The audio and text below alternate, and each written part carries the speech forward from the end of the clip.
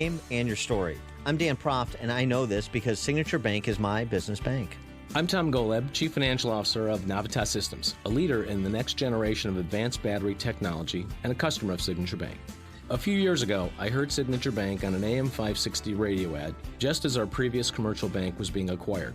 I knew Mick O'Rourke and Kevin Bastuga from a prior enterprise. I valued my relationship with them and the way they worked earned my trust and my business. So I decided to give Signature Bank a call. They took the time to understand our early-stage technology company that has its own set of challenges. Signature Bank took care of us, and now we are satisfied customers. Signature Bank is looking for their next success story. To learn more about turning your business vision into reality, visit signaturebank.bank. Signature Bank, helping local businesses succeed. Member FDIC, Equal Housing Lender. At Westin, their range of wellness offerings like the new Eat Well menu, on-demand workout gear, and signature heavenly bed have all been curated with one thing in mind: you. Explore at westin.com. Member of Marriott Bonvoy. Listen to AM 560, The Answer, online at 560theanswer.com, on the AM 560 mobile app, on your Alexa-powered smart speaker, on TuneIn, iHeart, and radio.com. 5:10. Let's get an update on the roads in the Team Hochberg Traffic Center. Jim Talamonte. Travel conditions are looking good right now on the expressways and tollways in and around Chicago. Inbound Eisenhower, the exit to the outbound Kennedy should be reopening shortly. It has been closed for overnight work. We're not seeing significant congestion on the Eisenhower at all right now. Traffic's moving well in both directions. No crashes, incidents, or delays to report on the Aidens or the Kennedy. The express lanes are open inbound on the Kennedy Expressway. Stevenson is fine, so is the ride. I-57 inbound. The on and off ramps at eastbound 167th are closed, but should reopen soon. Davenport Freeway is fine. There's some morning work on the tollways, but no delays there. That's traffic. I'm Jim Talamonte on AM 560 The Answer. Chicago's Morning Answer starts next. Your official Chicagoland weather forecast from the 1 Hour Heating and Air Conditioning Weather Center and our meteorologist, Steve Williams. Mostly cloudy today, the high 33. Some snow tonight, 1 to 3 inches, low 27. Snow at times tomorrow, another 1 to 3 possible, high 31. Flurries Friday morning, otherwise a cloudy day, the high at 35. I'm Steve Williams on AM 560, The Answer. 28 at O'Hare, 30 Lakefront, 30 at Midway, and 26 this morning in Aurora. Your next news update, 5:30. Chicago's Morning Answer with Dan and Amy starts next on AM 560, The Answer. It's a real-world reality. Gunshots. Sometimes the results are tragic. Now, there's gunshot detection technology and active shooter countermeasure technology available right now. And it was developed for the U.S. government. Hey, this is Mike Walsh. My company is Walsh Wireless. We are the Chicagoland dealer for gunshot detection technology. This gunshot detection system is nothing short of amazing, and it is highly effective. Who uses it? Government, healthcare, education, houses of worship, entertainment, and a lot more. There are no false positives, and that's good. The system can identify the caliber of the gun, so law enforcement can be prepared. This gunshot detection system can also work with your current security system to do a lockdown, instant notification, and more. Identify the gunshot and cut down response time. You need this. Gunshot detection technology from Walsh Wireless. Cost-effective solution to counter a real-world reality. Financing available. Go to walshwireless.com. A proud IBEW contractor. walshwireless.com. When you're diagnosed with metastatic breast cancer, a million questions flood your mind. How can this be happening? Am I going to be able to work? What's a subtype? What do I do now? We know. We went through it too. But once you start to understand your options, you can partner with your doctor and find ways to face MBC on your own terms. Visit findyourmbcvoice.com and learn how to speak up and have a more informed conversation with your doctor. Some questions have answers. Visit findyourmbcvoice.com to find some of yours. Doesn't it seem like things are always getting more expensive? Groceries, the rent, even utilities. Cost of living is up, but Allstate can help lower your cost of driving. With new lower auto rates in Illinois, you get the same high-quality coverage and hands-on expertise from a local Allstate agent. Now with new lower rates, you're in good hands with Allstate. If you haven't quoted Allstate lately, it's the perfect time. Get a quote today. Subject to terms, conditions, and availability. Savings vary. This hourly segment is brought to you by HealthQuest Radio with Dr. David Kobaba. Every Saturday morning at 11, right here on AM 560, The Answer. This is Chicago's Morning Answer with Dan Proft and Amy Jacobson on AM 560, The Answer.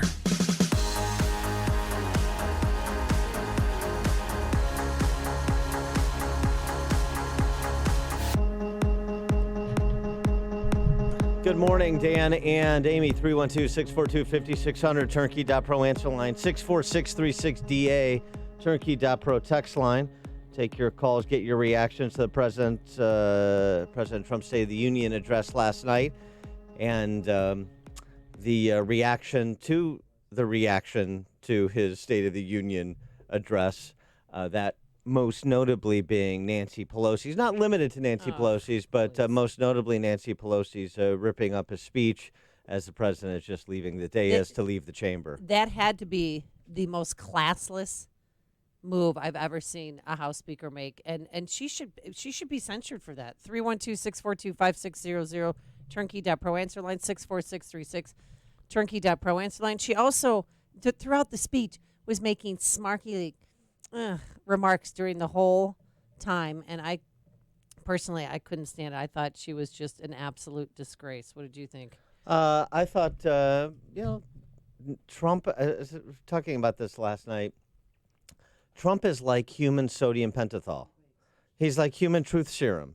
He makes people display who they actually are. It's sort of remarkable. And you can't help themselves. And Nancy Pelosi, again, couldn't help herself last night. It was really something.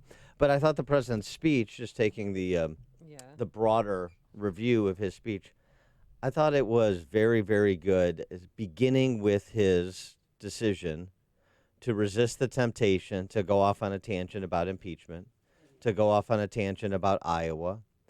He focused on what has been done. He reiterated the commitments for the things that haven't been done yet or have been partially done.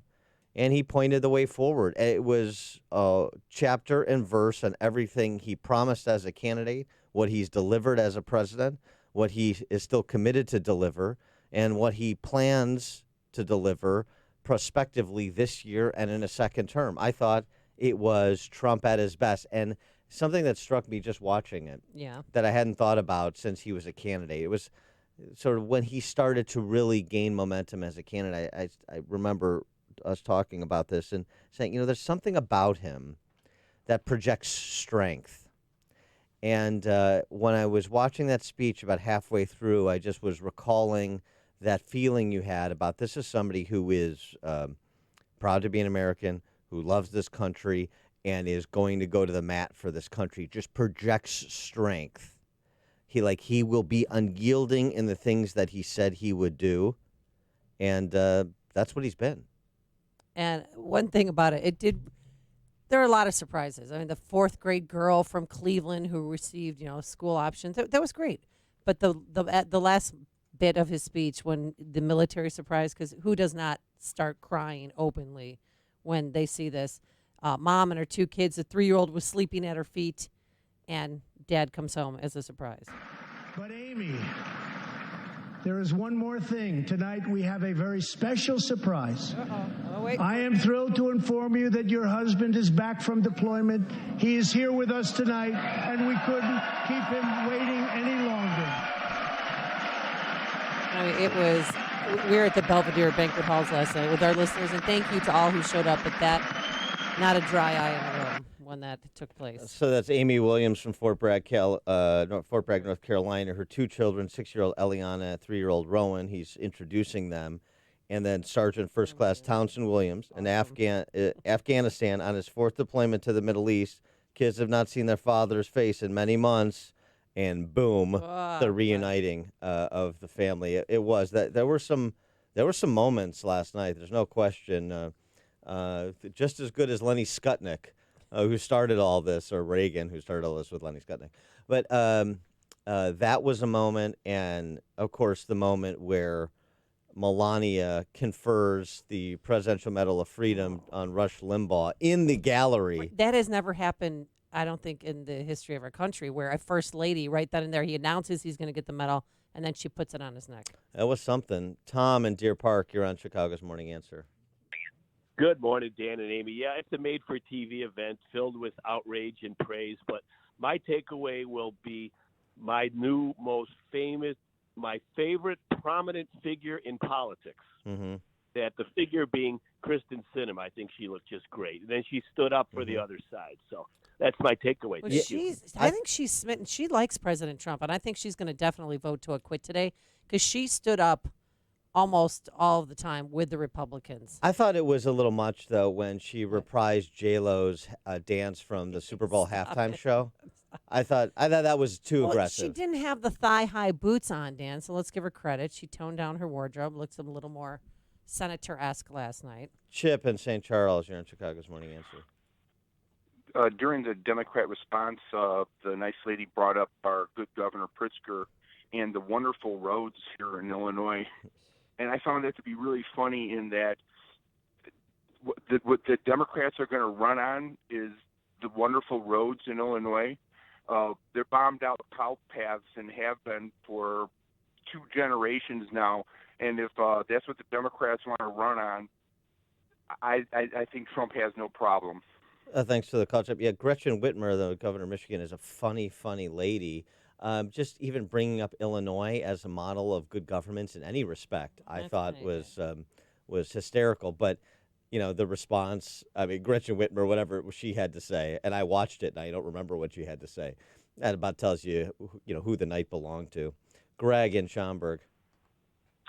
Trump last night returned to something he's very good at doing, and that is Basic Business 101. Who is your customer? How are you serving them? And how are you providing evidence of having done so? It was nothing but one story in customer service after another, and that's the reason why this is a fabulous president. I think that's a good observation. Yeah, thanks for the call, Greg. That's a good comparison. That's what it was. That wasn't about Trump. It was about our country and her people. And our accomplishments underneath Yeah, his guidance. But related to delivering for the customer, as to continue Greg's metaphor. No, I think that's right. I think that's spot on. And then now contrast that with the snit from Nancy Pelosi at the end, and you had the sort of remarkable, at least to per the media's caricature of Trump, you had the remarkable development where, you know who the adult was in the room last night in that chamber? Not Nancy. That's right. Tony on the south side. Hey, good morning, Dan and Amy, my Lammy Lamb. Hey, I felt a little reality TV Trump last night, even though yes, I think he's jumping like Rush Limbaugh got a medal, right? And you got your husband's back from Afghanistan and all that stuff. So I thought it was pretty cool, though. Thanks for the call, it was Tony. definitely the most interesting State of the Union I've seen in my lifetime, by far. There was never a dull moment. It was very engaging, and that's, it's Trump. Yeah, he was a reality TV star for 13 years, and he brought a little bit of that in. It was a last night, but it didn't bother me. I loved it. A variety show. Yeah. Yeah, we got. And you get free college, and you get a car, and you get a medal. We got Guaido from Venezuela over there. Oh, we got a representation of school choice.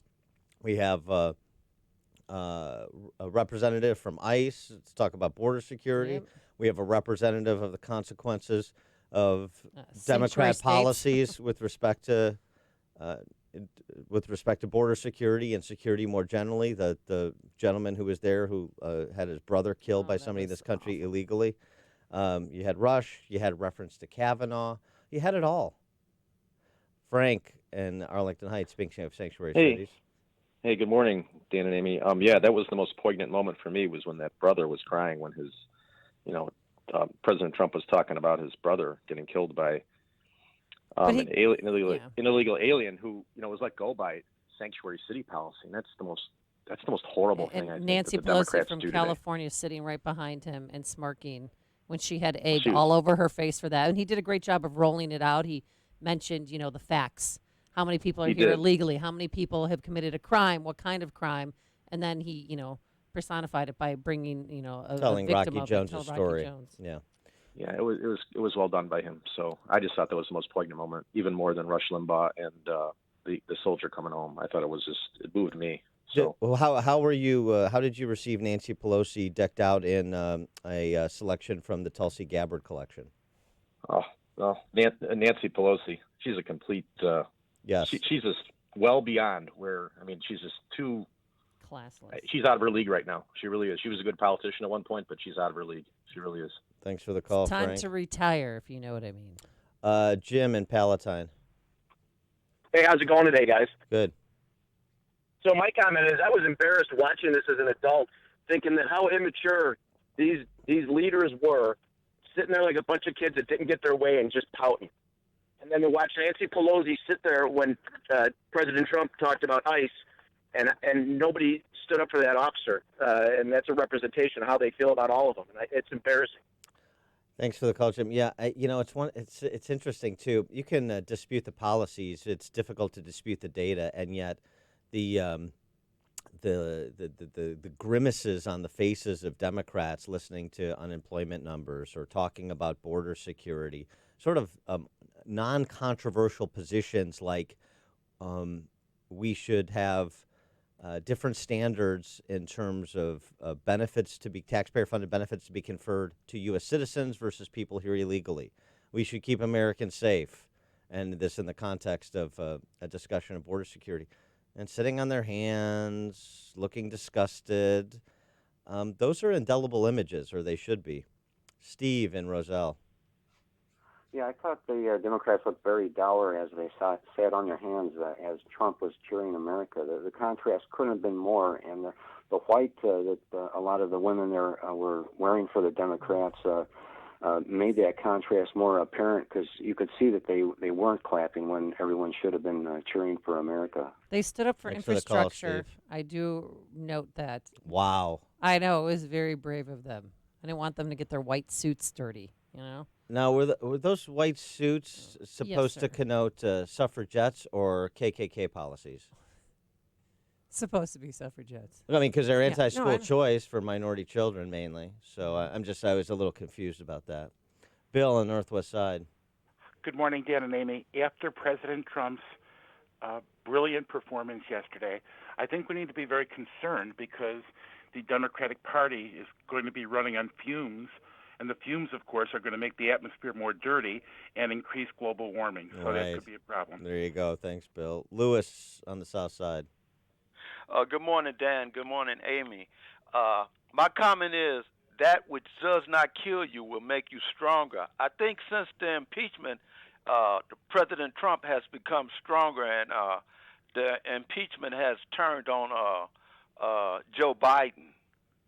Well, thanks for the call, Lewis. I mean, one of the things, too, you want to be empathetic to Nancy Pelosi because, I mean, think about it, just the heartbreak she's suffered in just the last 48 hours from Pat Mahomes to Donald Trump. I mean, it's a lot. Yeah. It's a lot to take. She brought it all upon herself. Mike Not in Pat Plano. Hey guys, good morning. I want to mention the congressman and failed presidential candidate Tim Ryan last night. He walked out during the speech and went on Twitter and proudly proclaimed that he walked out and compared it to a professional wrestling match. Now, this is a supposed moderate Democrat, a blue-collar, beer-in-a-shot guy who represents a working man. What he did last night, he didn't just walk out on Trump. He walked out on those people that Trump was honoring, and he walked out on America. So I think it's time for Congressman Timmy to find a new line of work. Thanks for the call, and Mike. Tlaib valiantly walked out as well, and AOC didn't even bother to show up, and blah, blah, blah. Yeah, I saw Tlaib and Omar doodling their Middle East peace map, which didn't include Israel. And then she had to go, obviously, probably to file that in legislative form or something. Yeah, a moderate Democrat, Tim Ryan. Moderate Democrat exists in the same way that the abominable snowman exists these days. Hear about the big stories of the day, then talk about them right here on Chicago's Morning Answer on AM 560. The Answer. Improving your home? Why not make it easy? Don't miss the Home and Garden Show next weekend at the Arlington Racecourse with free admission and parking. Find the ultimate in savings and convenience with thousands of the latest home products and services for the freshest ideas to remodel, repair, and beautify your home, inside and out. Get trusted advice on your upcoming projects as you speak with local and national experts who will help you with all of your home improvement needs. And be sure to attend the free expert seminars. Grab a seat for the free live cooking shows, see many live product demonstrations, register for the hourly cash giveaways, and so much more. From interiors to exteriors, from decor to outdoor, you'll find it all at the Home and Garden Show next weekend. Open from 10 a.m. to 5 p.m. Saturday and Sunday at the Arlington Racecourse, just east of Route 53 on Euclid in Arlington Heights, with free admission and free parking. For details, visit homeshowarlington.com. That's homeshowarlington.com.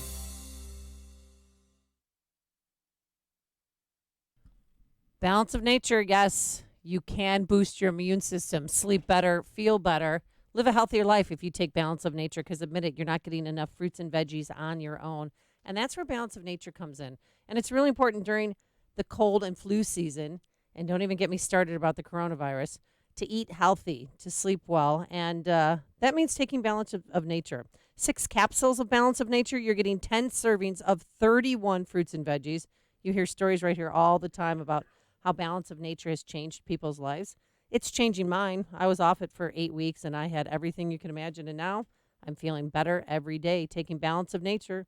So make 2020 a year of better health for yourself. And right now, Balance of Nature is offering free shipping and 35% off any new preferred order of fruits and veggies. So start your journey to a better health today by calling 800-246-8751, 800-246-8751. Use discount code Chicago.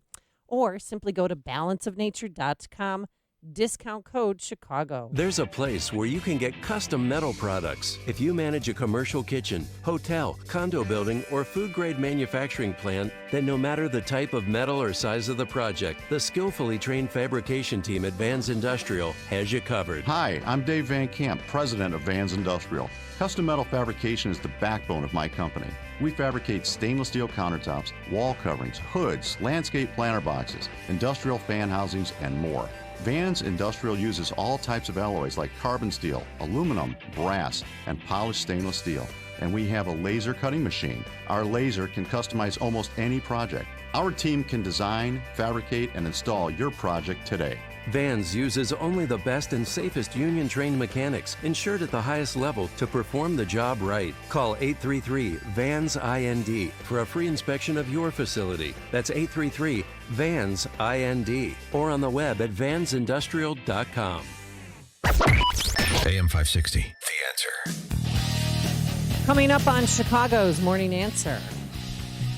Blaming Trump for the Democrats' administration of the Iowa caucus. No, seriously. Of course, at 5:38. And it's day 2, and we still don't know who won, by the way.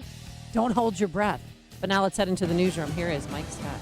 Amy and Dan, but it is former South Bend Mayor Pete Buttigieg, who holds a narrow lead with about 71% of precincts reporting in the Iowa caucuses on the Democrat side, and the 38-year-old has about 26.8% of state delegate equivalents in Iowa. And as we enter this new phase, this week ahead, to convince New Hampshire to support this vision and then go on, I have never been more confident in our campaign, in our team, and in the vision that brought us to this point. Vermont Senator Bernie Sanders second at 25.2%. He met with voters in Milford on Tuesday. For some reason in Iowa, they're having a little bit of trouble counting votes. But I am confident that here in New Hampshire, I know they'll be able to count your votes on election night. The top 5 candidates all visited New Hampshire yesterday, feeling they did well and are counting down to the first votes being cast in an actual primary. That happens next Tuesday after another debate there on Friday. President Trump says the state of the American Union is stronger than ever. 3 years ago, we launched the Great American Comeback. Tonight, I stand before you to share the incredible results. Jobs are booming, incomes are soaring, poverty is plummeting. In the annual State of the Union address, the president called for more action to limit abortion. I'm also calling upon members of Congress here tonight to pass legislation finally banning the late-term abortion of babies. Delivering the annual State of the Union address before a joint session of Congress, the president said every human life is a sacred gift from God. Michigan Democrat Governor Gretchen Whitmer delivered what experts say was a lukewarm response to the president's speech. The American economy needs to be a different kind of strong. Strong for the science teacher spending her own money to buy supplies for her classroom. Strong for the single mom picking up extra hours so she can afford her daughter's soccer cleats. The White House condemned House Speaker Nancy Pelosi for tearing up the president's State of the Union speech. Senate Republicans are expected to formally acquit President Trump later today. The president was impeached by Democrats only in the House in December for abuse of power and obstruction of Congress. The death toll from coronavirus continues to rise. As of this morning, the respiratory illness has claimed 492 lives, up 67 from the day before. Get ready for Wendy's to include breakfast on its menu everywhere. About 300 locations already offer it, but as of March 3rd, it will be served nationwide in the fast food chain, tweeting out the news while roasting McDonald's. Here in Chicago, a school resource officer is in stable condition after breaking up a fight outside of a high school on Chicago's South Side. St. Barnabas School on Chicago's South Side reopening after classes were canceled yesterday because of so many students having cold and flu-like symptoms. Charges are pending after a street performer was stabbed at a CTA Red Line station in Chicago's Loop. Co-creator of this television series died overnight. Gene Reynolds was 96, died of heart failure. Reynolds was nominated for 24 Emmy Awards. He won 6, including for Outstanding Series for MASH and twice for the series Lou Grant. Blackhawks battled back from a 2-goal deficit but fell to the Wild 3-2 in overtime in St. Paul. Michigan State head football coach Mark D'Antonio stepping down effective immediately. Bulls take on the Pelicans tomorrow night. A check of traffic and weather on the way next on AM 560. Sean Hannity can't believe we are where we are. It's just every question is answered. This was so frustrating to me, watching all of this shift show. How is it even possible we are here? How is this possible? Especially knowing all that we know. It shouldn't be. The Sean Hannity Show. Afternoons at 2 on AM 560. The Answer. Message and data rates may apply. Please don't text while driving. If you've been in business more than 20 minutes, you've probably printed your logo on all kinds of promotional products. We all know logos work because they're on everything from the top of skyscrapers to the bottom of shoes. Ever wondered why? Or how to best use your logo to grow your business? Let us show you today for free. We're 4imprint, promotional product experts at your service. We're giving away the latest issue of Amplify, the digital magazine that reveals promotional product success stories absolutely free to everyone who texts BOOST to 88988. At 4imprint, we make your logo look perfect on thousands of promotional items. With our 100% guarantee, it'll be right the first time, on time, every time. Your free e-magazine will reveal invaluable insights that can attract new customers, build your brand, and grow your business. Get the latest issue of Amplify absolutely free by texting BOOST to 88988. That's BOOST to 88988. Message and data rates may apply. Individual results vary. Exclusions apply. Contacts and glasses are such a hassle. I'd love to finally get LASIK, but I'm going to stop you right there. If you want LASIK, then the LASIK Vision Institute has officially taken away everything standing in your way. Isn't LASIK expensive? Not at the LASIK Vision Institute. We're offering dramatically low prices, as low as $220 per eye, and an absolutely free consultation. See for free if LASIK is right for you by texting LIKE to 350350. But I'm really busy. A text only takes seconds. The LASIK procedure typically only takes 15 minutes, and most patients can get back to work the following day. The LASIK Vision Institute uses the latest FDA-approved LASIK technology that helps the majority of patients achieve 20/20 vision for as little as $220 per eye. Dr. Greenberg has performed 75,000 laser eye surgeries and is one of the most experienced LASIK surgeons in Chicago. What's that text again? Text LIKE to 350350. That's LIKE to 350350 to schedule your free consultation today. Get the best sleep of your life. Helix makes personalized mattresses to fit your unique body type and sleep preferences. Go to helixsleep.com and get up to $200 off during their holiday sale. Listen to AM 560, The Answer, online at 560theanswer.com, on the AM 560 mobile app, and your Alexa-powered smart speaker, on TuneIn, iHeart, and radio.com. In the Team Hochberg Traffic Center this morning, here's Jim Talamonte. In Chicago's West Loop this morning, we have a report of a bicyclist hit by a car at the intersection of Madison and Morgan. The Edens Expressway looks good. No delays to report on the Kennedy. Reversibles are open inbound. The Eisenhower is still okay. Traffic starting to build a bit through the avenues. Stevenson looks fine for now. Traffic getting a little congested around Cicero. Ryan is good. I-57 as well. Bishopford traffic starting to build, approaching the merge. On the Tri-State, northbound from Deerfield to 22, the right lane is closed till 7 this morning for construction. Southbound, the right lane is closed, Deerfield to Lake Cook. Northbound Veterans Memorial, there's a left lane closure, 22nd to Roosevelt. The other tollways look good right now. No problems to report on I-80 or in northwest Indiana. And that's traffic. I am Jim Talamonte on AM 560, The Answer.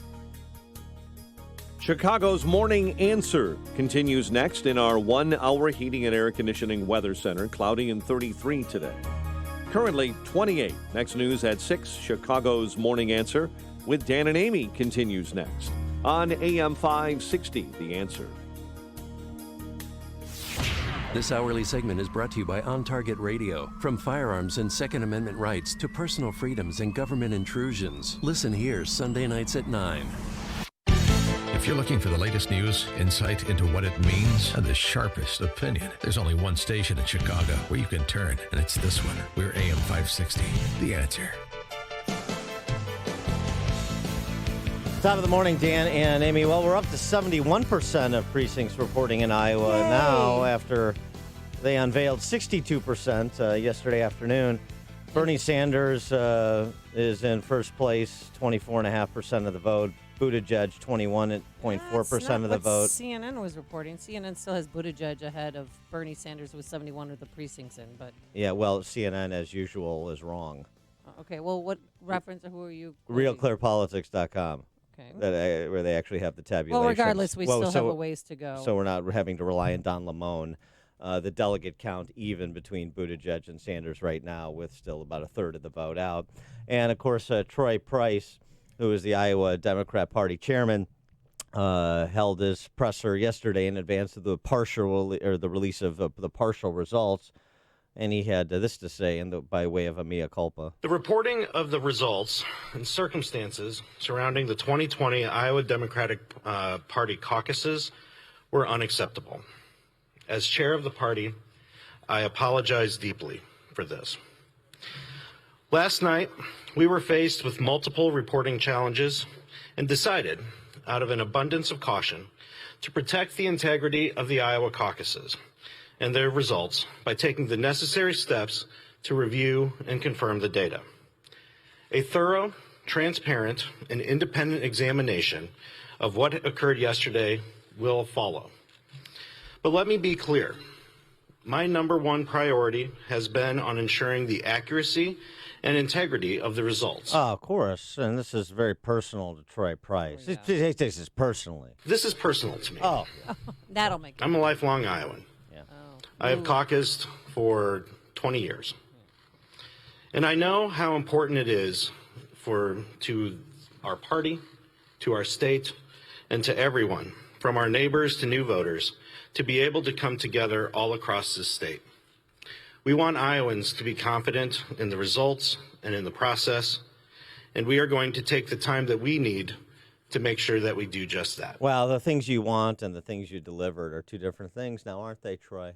Yeah, and they decided to go with this app called Shadow, and they spent $60,000 on it, only to find out that a former Hillary Clinton staffer is in charge of that app. They had 4 years to figure this out, Dan, and it was a complete belly flop. They failed.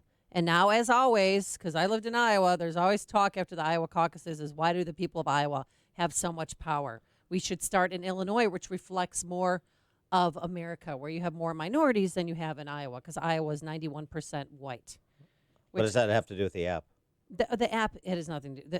I'm just saying people have this discussion every time. No, I understand. They try to take the Iowa caucuses away. Well, let's focus. Iowa. But let's focus on the app. They had 4 years to get this right, and they failed. And NBC revealed emails that precinct captains had that the morning of saying, this app isn't working. Hello. And then at 9:10, it told a whole email chain of how they were all talking to each other and reaching out to Tom Price saying, Troy Price, excuse me. Tom Price is something else. We know what that is.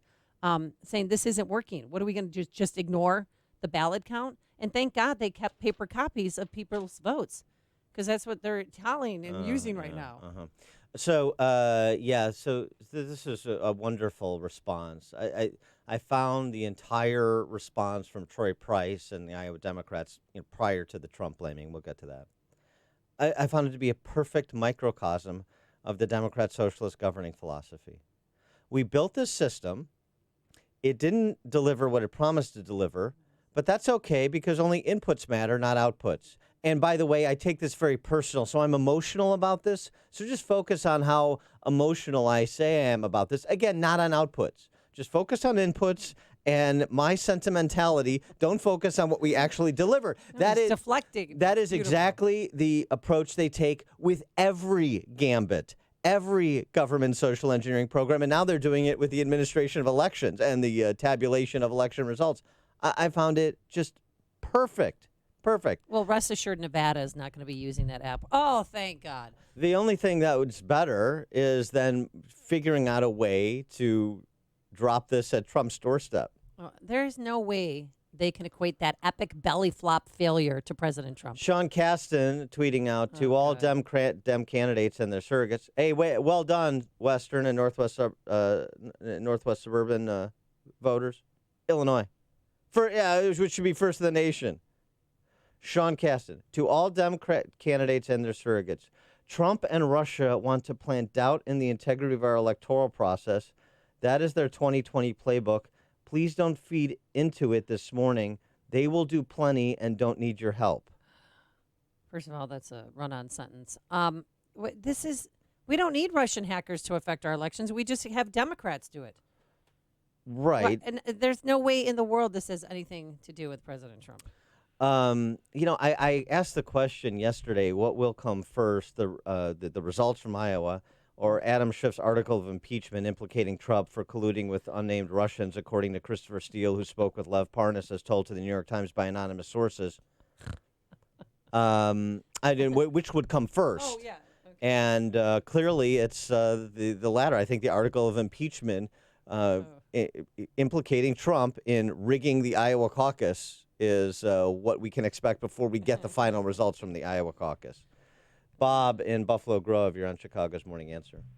Thanks for taking my call. Great to see you guys last night. Amy made a good comment about the app. We need to investigate the app. Who actually did it? Was it even outsourced? Who actually did it? I'd be curious. Shadow Inc. is the company. It's funded by a nonprofit called Acronym, which is headed up by supposedly one of the Dem Party's big, fat, rising digital star, a woman named Tara McGowan. But here's the thing. Thanks for the call, Bob. No, we don't need to investigate it, because why do I care? Why do I care if the Democrats can't run an election? Their own. So long as they're not in charge of the general elections in those states. If they can't run a party election, you know whose problem that is? The Democrat socialists. Not my problem. If they can't run an election in Iowa, they cannot run the country. I mean, it's foreshadowing, folks. Larry and Bartlett. Hey, good morning, Dan, Amy. I think what that representative from the state of Iowa, what he said it says everything about the Democrats. He was most concerned about the impact on the party, then on the state, then the voters' impact. That's somewhere third place down the line, when it should be they should be concerned about the voters, then maybe the state, and then the party. Well, he wasn't a state official. He was the state party chairman. So it's even worse. Former state party chairman. Not former yet. Well, not former yet, but he's got to lose his job over this. Again, don't you think? I mean, you don't care. Why should I care about the internal workings of the Democrat Socialist Party? I mean, I just can't get worked up into a lather about it. If you want to have incompetent people that are representative of a failed philosophy of governance of a free society, then, I mean, have at it. I think I actually appreciate the illustration of everything that we've said, and I've said for many, many moons now. And by the way, here in Illinois, you know, everyone, could it happen here? Auditioning to be first in the nation. I mean, they want to be. That's Bush League stuff compared to what goes on and has gone on in Cook County for generations. So, I mean, if you liked what happened in Iowa, please do make Illinois your first in the nation primary state. One other thing, just going back to something you said, Amy, about the recriminations after the fact about the Iowa caucus. You know, this is the year to end the Iowa caucus. And the issue of the composition of the Iowa Democrat caucus goers, you know, the racial composition in particular. Right. It's remarkable because it's a hard left composition, and ideologically, even though it's supermajority white. Zerlinda Maxwell on MSNBC. This is perfect. Another wonderful illustration, thank you, Iowa, of the Democrat socialist race hustling left. Chaos. We know this is a president that thrives in chaos. Yeah. I want to ask you, Zerlinda, about this is something that came out of our entrance polling, and this caught my attention last night. This is Iowa caucus entrance polling. Here's the full screen, 35%. There it is right there. 35% of voters caucusing this year were first-time caucus goers. 44%. That was the number in 2016. Democrats have long leaned on President Trump being a motivator for voters. Those numbers don't bear that out. Should that concern Democrats? Yes, but I think for a different reason than a lot of folks probably will think. And maybe I'll be the only person to say this today. The Iowa caucus is essentially the perfect example of systemic racism. 91% of the voters in Iowa are white. The reason why you see a drop in turnout, I'm just speculating here, it could be perhaps that white children are not in the cages. So when you're talking about the tangible pain that black and brown people are feeling, they feel a sense of urgency because their kids are being put in cages, right? And so if you have 91% white electorate, that sense of urgency may not be reflected in the turnout numbers. I'm not saying that's the reason for this. No. It could be a factor. I'm not saying it's the reason. I'm just suggesting that it's the reason. Perfect. Thank you, Zerlinda Maxwell. This is after. Now, where was Zerlinda Maxwell for the last 3 months? Oh, my gosh. So all of these race racketeers like Zerlinda Maxwell and these fungible analysts on MSNBC of all places, they're involved in the full pander, just like the candidates, to the Iowa caucus goers and handicapping it. And then, I don't know, it didn't turn out like she wanted because, Cory Booker and Kamala couldn't make it to the starting line. And so now Iowa is systemically racist. Oh, I bet they'll take the Iowa caucuses away from them now. Why? That is because Zerlinda Maxwell said so? Because of the society that we live in right now. Iowa too white. Move it to Illinois. DNC too incompetent. I know they had a colossal failure, and they blame white people. If it hadn't happened, if the maladministration of the election hadn't happened, you think you'd be hearing these arguments? God, no way. These are cover stories, of course. Can I get something in? The lady in charge of the Iowa caucuses begging to keep it in the state. What does this mean for the future of the Iowa caucuses? Nothing good. The Iowa caucuses have to defend themselves every 4 years. And frankly, it's kind of difficult to defend even when things go well. You can't defend stupid folks. Well, they have the race to dinner. It probably made some more race to dinner events in places like Des Moines and Cedar Rapids, and maybe this is a way that those terrible white socialists in Iowa will give up their caucus. It's news, opinion, insight. This is Chicago's Morning Answer on AM 560. The Answer. I had a lady that was in her mid-70s, and I'd sold her timeshare, and that was the lowest I'd ever felt in my life. I knew then that I had to do something to simply not to go to hell for selling timeshare. Chuck McDowell founded Wesley Financial Group to help folks cancel their timeshares permanently. called her and everybody that I had sold timeshare to, and I said, this is what I said to you that was a lie, and this is what you need to do to cancel your timeshare.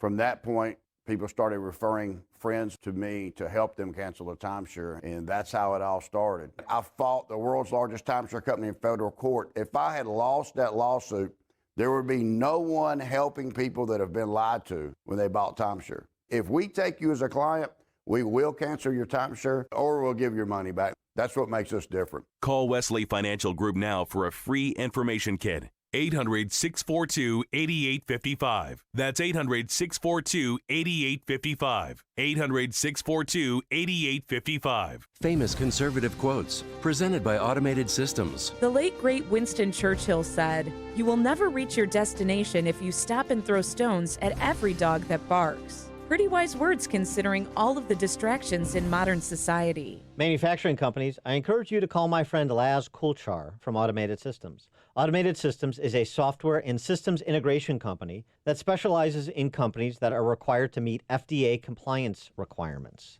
Automated Systems will create a custom solution for your business that will make your production lines, facilities, and plants run more efficiently. Imagine less downtime, more speed, and fewer rejects. From Fortune 500 to startup, ASI delivers solutions for your toughest automation challenges.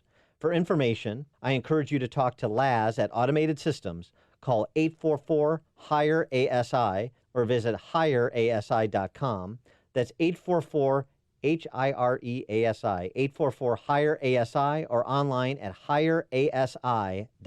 This is attorney Stephen Leahy, host of the IRS Radio Hour, heard right here on AM 560 every Sunday evening at 5 o'clock. Let me tell you about Bill. Bill's business slowed down and he fell behind on his taxes. Instead of filing his tax return, he decided to wait until he could pay. Well, 1 year turned to 2, turned to 3. Then the IRS threatened to contact his customers, take his house, his bank account, and his passport. Well, Bill hired me. We filed all of his tax returns and an appeal to slow the IRS down. Then we worked out an installment agreement based on how much he could pay, not on how much he owed. Now Bill can rely on the IRS protection plan. We will file his future tax returns and keep the IRS off his back so Bill can focus on growing his business. If you have questions about the IRS, you can get a copy of my book, Deal with Your IRS Problem Today, to learn the secrets of solving your IRS problem and save your business, your marriage, and your reputation. Call 312-664-6649 or go to freeirsbook.com. Score 18 Indoor Golf in Naperville offers the ultimate indoor golf simulation experience in Illinois, perfect for beginners and seasoned golfers. Score 18 lets you play 150,000 of the most popular courses in the world in beautiful 4K reality. Watch your ball fly in real time, exactly as it would on the course, including exact distance, trajectory, launch speed, and a diagram showing you your club's head's position through impact. Score 18 Indoor Golf also offers custom installations in your home or business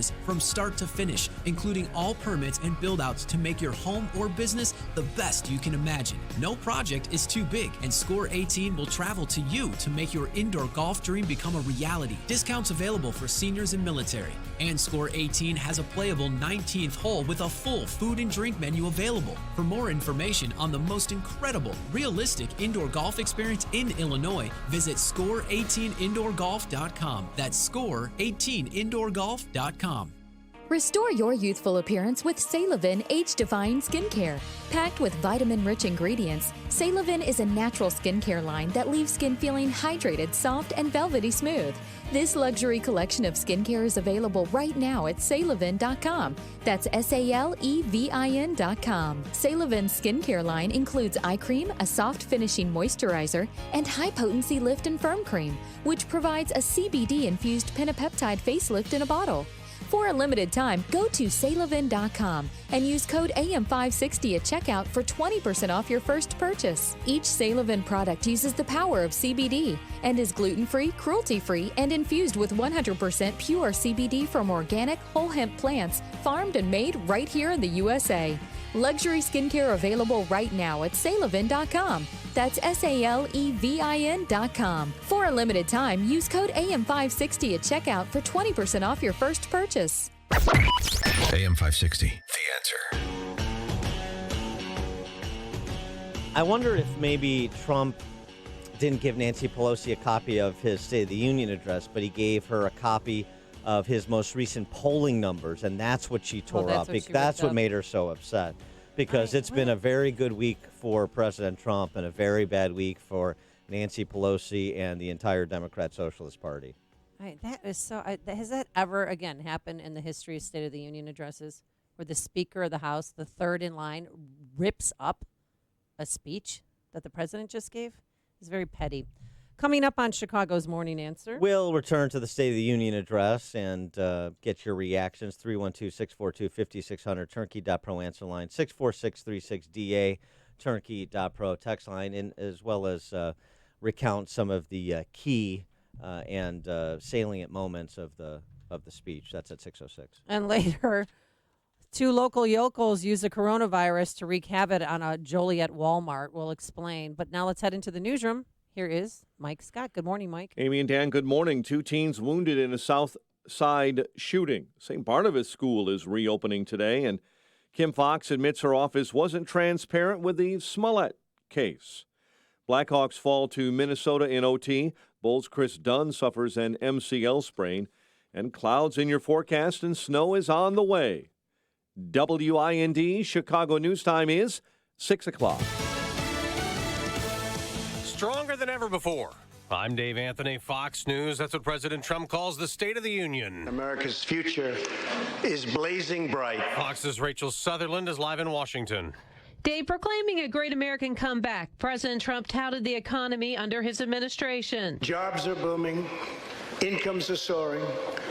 Poverty is plummeting. The president vowed to rebuild the nation's infrastructure, ensure school choice, and move to a merit-based immigration system. Welcoming those who follow the rules, contribute to our economy, support themselves financially, and uphold our values. Talk show host Rush Limbaugh, diagnosed with advanced cancer, was awarded the Presidential Medal of Freedom presented by First Lady Melania Trump. Dave? Rachel got off to a rocky start. The president walked by the House Speaker, not shaking her outreached hand. Democrats at times booed the speech, and then after, Nancy Pelosi tore up her copy. Congresswoman Debbie Dingell told Fox Business. It really depressed me. Yeah, it was the most partisan State of the Union I have seen or witnessed. Senator Bernie Sanders was among the Democrats who skipped the address. He watched while campaigning in New Hampshire and then reacted. No, President Trump. This is not the strongest economy we've ever had. Now, Sanders is right now a close second in the partial Iowa caucus results, trailing Pete Buttigieg, who leads so far with 27%. Elizabeth Warren's third, Joe Biden's in fourth, as Democrats keep tallying the votes delayed by technical glitches. The president did not mention impeachment last night. His trial wraps up today. I will vote to acquit. Republican Senator Susan Collins will join a majority expected to reject the attempt to remove him from office, even though Collins says the president's delayed aid to Ukraine to get an investigation into the Bidens was inappropriate. The coronavirus now blamed for 490 deaths in China, 24,000 plus infections. 2 flights evacuating about 350 more Americans are now en route to California. 2 cruise ships in Asia are under quarantine. America's listening to Fox News. 28 degrees at 6:02 on AM 560, The Answer, and good morning. I'm Mike Scott. Chicago police tell us 2 teens are hospitalized following a shooting on the South Side. 16-year-old boy and 18-year-old man standing on the sidewalk last night on West 38th Place when they heard gunfire ring out. The boy was taken to Comer Children's Hospital in critical condition. The older victim sent to the University of Chicago Hospital in stable condition. A school resource officer is in stable condition after a fight broke out outside a school on Chicago's South Side. Police say officers witnessed a large group of people fighting yesterday. In the 3700 block of South Prairie Avenue, a school resource officer tried to stop the brawl and was taken to the hospital after experiencing chest pains. There were 7 arrests. Charges are pending after a street performer was stabbed at a CTA Red Line station in Chicago's Loop. Police say the victim was performing at the Jackson station when a woman approached him. She began arguing with him before pulling out a knife. The man was taken to Northwestern Memorial Hospital in fair condition. Authorities have identified the man and his 5-year-old grandson who died following a fire in Cicero. Cook County Medical Examiner's Office says crews found the bodies of David Castellanos and David Castellanos III inside a second-floor unit. Chicago sports, Blackhawks battled back from a 2-goal deficit but fell to the Wild 3-2 in overtime in St. Paul. Bulls host the Pelicans tomorrow night. College hoops, DePaul fell to Xavier 67-59. Northern Illinois, our Huskies knock off Toledo 66-61. The news service of La Quinta by Wyndham. Celebrate a victory away from home with La Quinta. Wake up winning with Brightside breakfast, including waffles, fruit, and oatmeal, and always get access to free high-speed Wi-Fi. Tonight, La Quinta. Tomorrow, you triumph. Book direct at lq.com. 6:04, a check of traffic and weather on the way next on AM 560. Dennis Prager calls the impeachment what it is. Barack Obama delineated a number of the things that could have easily led to his impeachment. Of course, had it happened, the press would have screamed so loudly in unison, they would call it a coup. That's exactly what is being attempted here. A coup. That is it's a legal coup, but it's a coup. The Dennis Prager Show. Weekdays at 11, right before Sean Hannity at 2 on AM 560. The Answer. At Fisher Investments, we do things differently, and other money managers don't understand why. Because our way works great for us. But it may not work for your clients. That's why Fisher Investments is a fiduciary, obligated to put clients first. It's the highest standard for a financial advisor. So, what do you provide? Cookie-cutter portfolios like the rest of us? No cookie-cutter portfolios here. Fisher Investments tailors portfolios to meet each client's goals and needs. But you do sell investments that earn you high commissions, right? And make commissions when you make trades for your clients? No, Fisher Investments doesn't sell any commission investment products, and we never earn commissions on trades. So what's in it for you? Fisher Investments fees are structured so we do better when our clients do better. When it comes to helping clients achieve a comfortable retirement, we're clearly different. Visit FisherInvestments.com to find out why investors like you switch to us. Fisher Investments, clearly different money management. Investments in securities involve the risk of loss. Balance of Nature, changing the world one life at a time. Balance of Nature has pushed me up a notch or two, I would say. I was feeling fine, but now I'm feeling even better, so I'm sure it's contributed. I actually lost 2 inches off my waist. I'm really more energetic, too. I bounce out of bed in the mornings. People at work have been sick, and I haven't gotten anything. So something's working. Something is definitely changing. I think it's helping my immune system. I really do. Don't wait to see what getting over 10 servings of whole fruits and vegetables every day can do for you. Right now, Balance of Nature is offering free shipping and 35% off on any new preferred order of fruits and veggies. Start your journey to better health today by calling 1-800-2468-751 or by going to balanceofnature.com and make sure to receive this special radio offer by using discount code CHICAGO. Staples Print and Marketing Services gives your candidate or business a kickstart with custom color marketing materials. Save 25% when you order 2 or more signs, posters, or banners. Ends 2/29/20. Must order 2 or more of the same item for discount. See store staples.com/print25. I know we have a lot of shooting enthusiasts listening right now. This is Dan Proft, and I want to tell you about a truly special, family-friendly, private shooting facility. And I should know, I'm a member of Aurora Sportsman's Club. Here's David Lombardo, the club's past president and On Target Radio co-host. Thanks, Dan. ASC has 285 acres composed of 4 shooting complexes for a total of 22 ranges from 50 feet to 600 yards with more in development. Our family memberships allow drawing from the holster, moving and shooting steel. Our 2 shotgun complexes offer wobble trap, double trap, 2 standard trap fields, 2 skeet fields, 5 stand, and one of the most challenging sporting clays courses in the Midwest. Additionally, we offer fishing and hunting. In March and April, we're holding our annual family membership drive. It sure sounds good to me, David. How do they get more information? Visit aurorasc.org or call 815-264-9000. That's aurorasc.org for a better shooting experience. aurorasc.org. Listen to AM 560, The Answer, online at 560theanswer.com, on the AM 560 mobile app, and your Alexa-powered smart speaker, on TuneIn, iHeart, and radio.com. It is 6:08 in the Team Hochberg Traffic Center. Jim Telemonte. Looking east on 94, the Michigan City area, eastbound 94, the exit to eastbound 20 and 35 in Michigan City. That ramp's closed right now for crash investigation and cleanup. Chicago expressways have building traffic right now. Eastbound Kennedy, just a little tight around Cumberland. 21 minutes O'Hare to downtown. Inbound Eisenhower, delays from Manheim to First Avenue. 31 minutes, 390 to the Burn Circle. Outbound 34. A crash at Cicero, blocking 2 center lanes. Inbound Stevenson, 34 minutes, 355 to Lakeshore Drive. Delays begin at Central. Ryan is 19 minutes, 95 to downtown. I-57 okay. Bishop Ford, 16 minutes, 80-94 to the merge. Tollway traffic is light. That's traffic. I'm Jim Alamonte on AM 560, The Answer. Chicago's Morning Answer continues next. Your official Chicagoland weather forecast from the 1-hour heating and air conditioning weather center. Cloudy and 33 today. Snow beginning around 4 p.m. this afternoon, accumulating 1 to 3 inches overnight. A low of 27. More snow tomorrow, another 1 to 3 inches. High of 31. 28 at O'Hare. Next news at 6:30, and Chicago's Morning Answer with Dan and Amy continues next on AM 560, The Answer. This hourly segment is brought to you by Papa Nicholas Coffee. Papa Nicholas. Great coffee, period. This is Chicago's Morning Answer with Dan Proft and Amy Jacobson on AM 560. The Answer.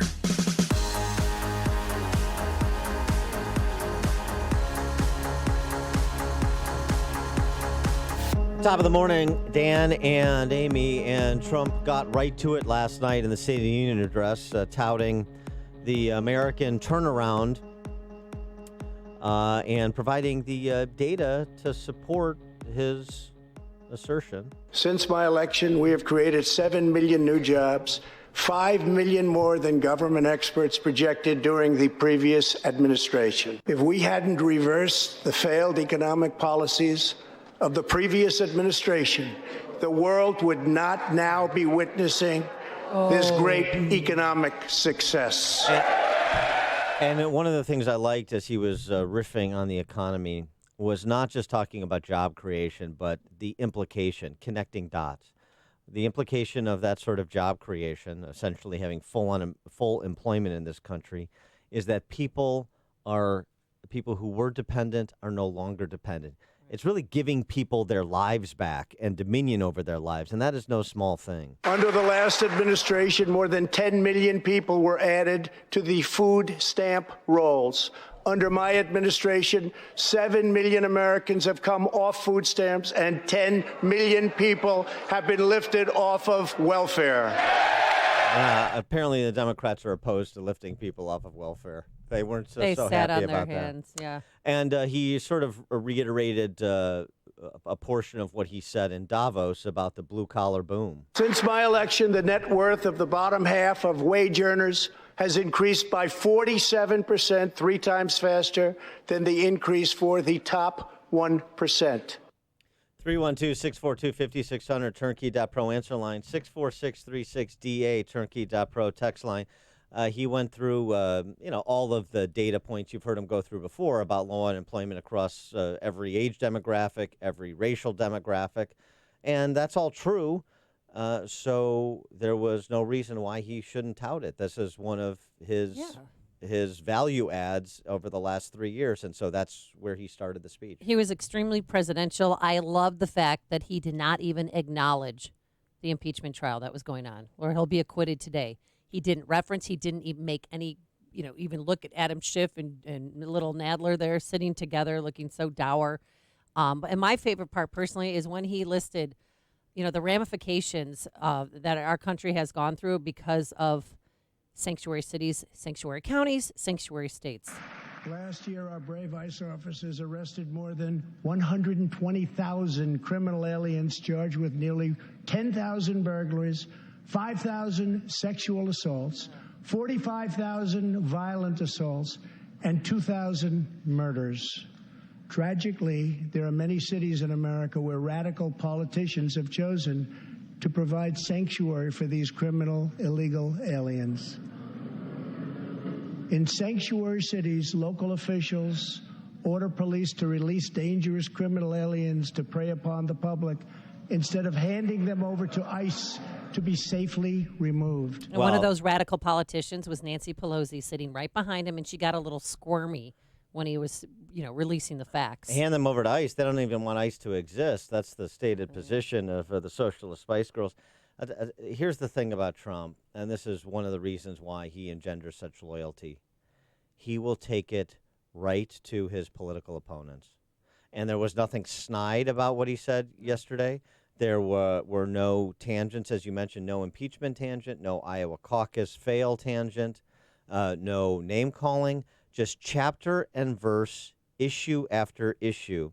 Spoke with our friend Ed Morrissey on my show last night about this, too, and it was a very conventional speech from a very unconventional politician. And not to get too metaphysical here, but sometimes convention can be unconventional, depending on who is abiding the convention. And I thought the decisions that Trump and his team made in terms of what kind of speech he was going to deliver and the discipline that he had to deliver that speech were pitch perfect last night. 312-642-5600 is our turnkey.pro answer line, 64636. Type in DA, then a quick comment. JP in Northwest Indiana. Hey, guys, good morning.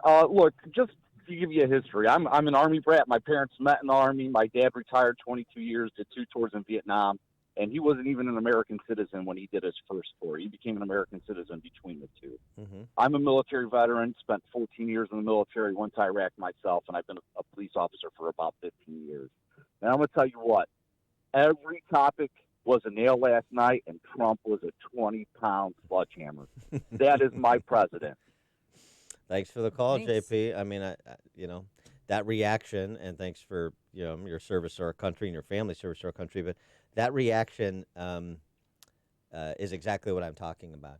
He chapter and verse right between their eyes, no mincing of words, very much in the common sense realism tradition of this country, plain spoken, on point, defended with data, illustrated with examples.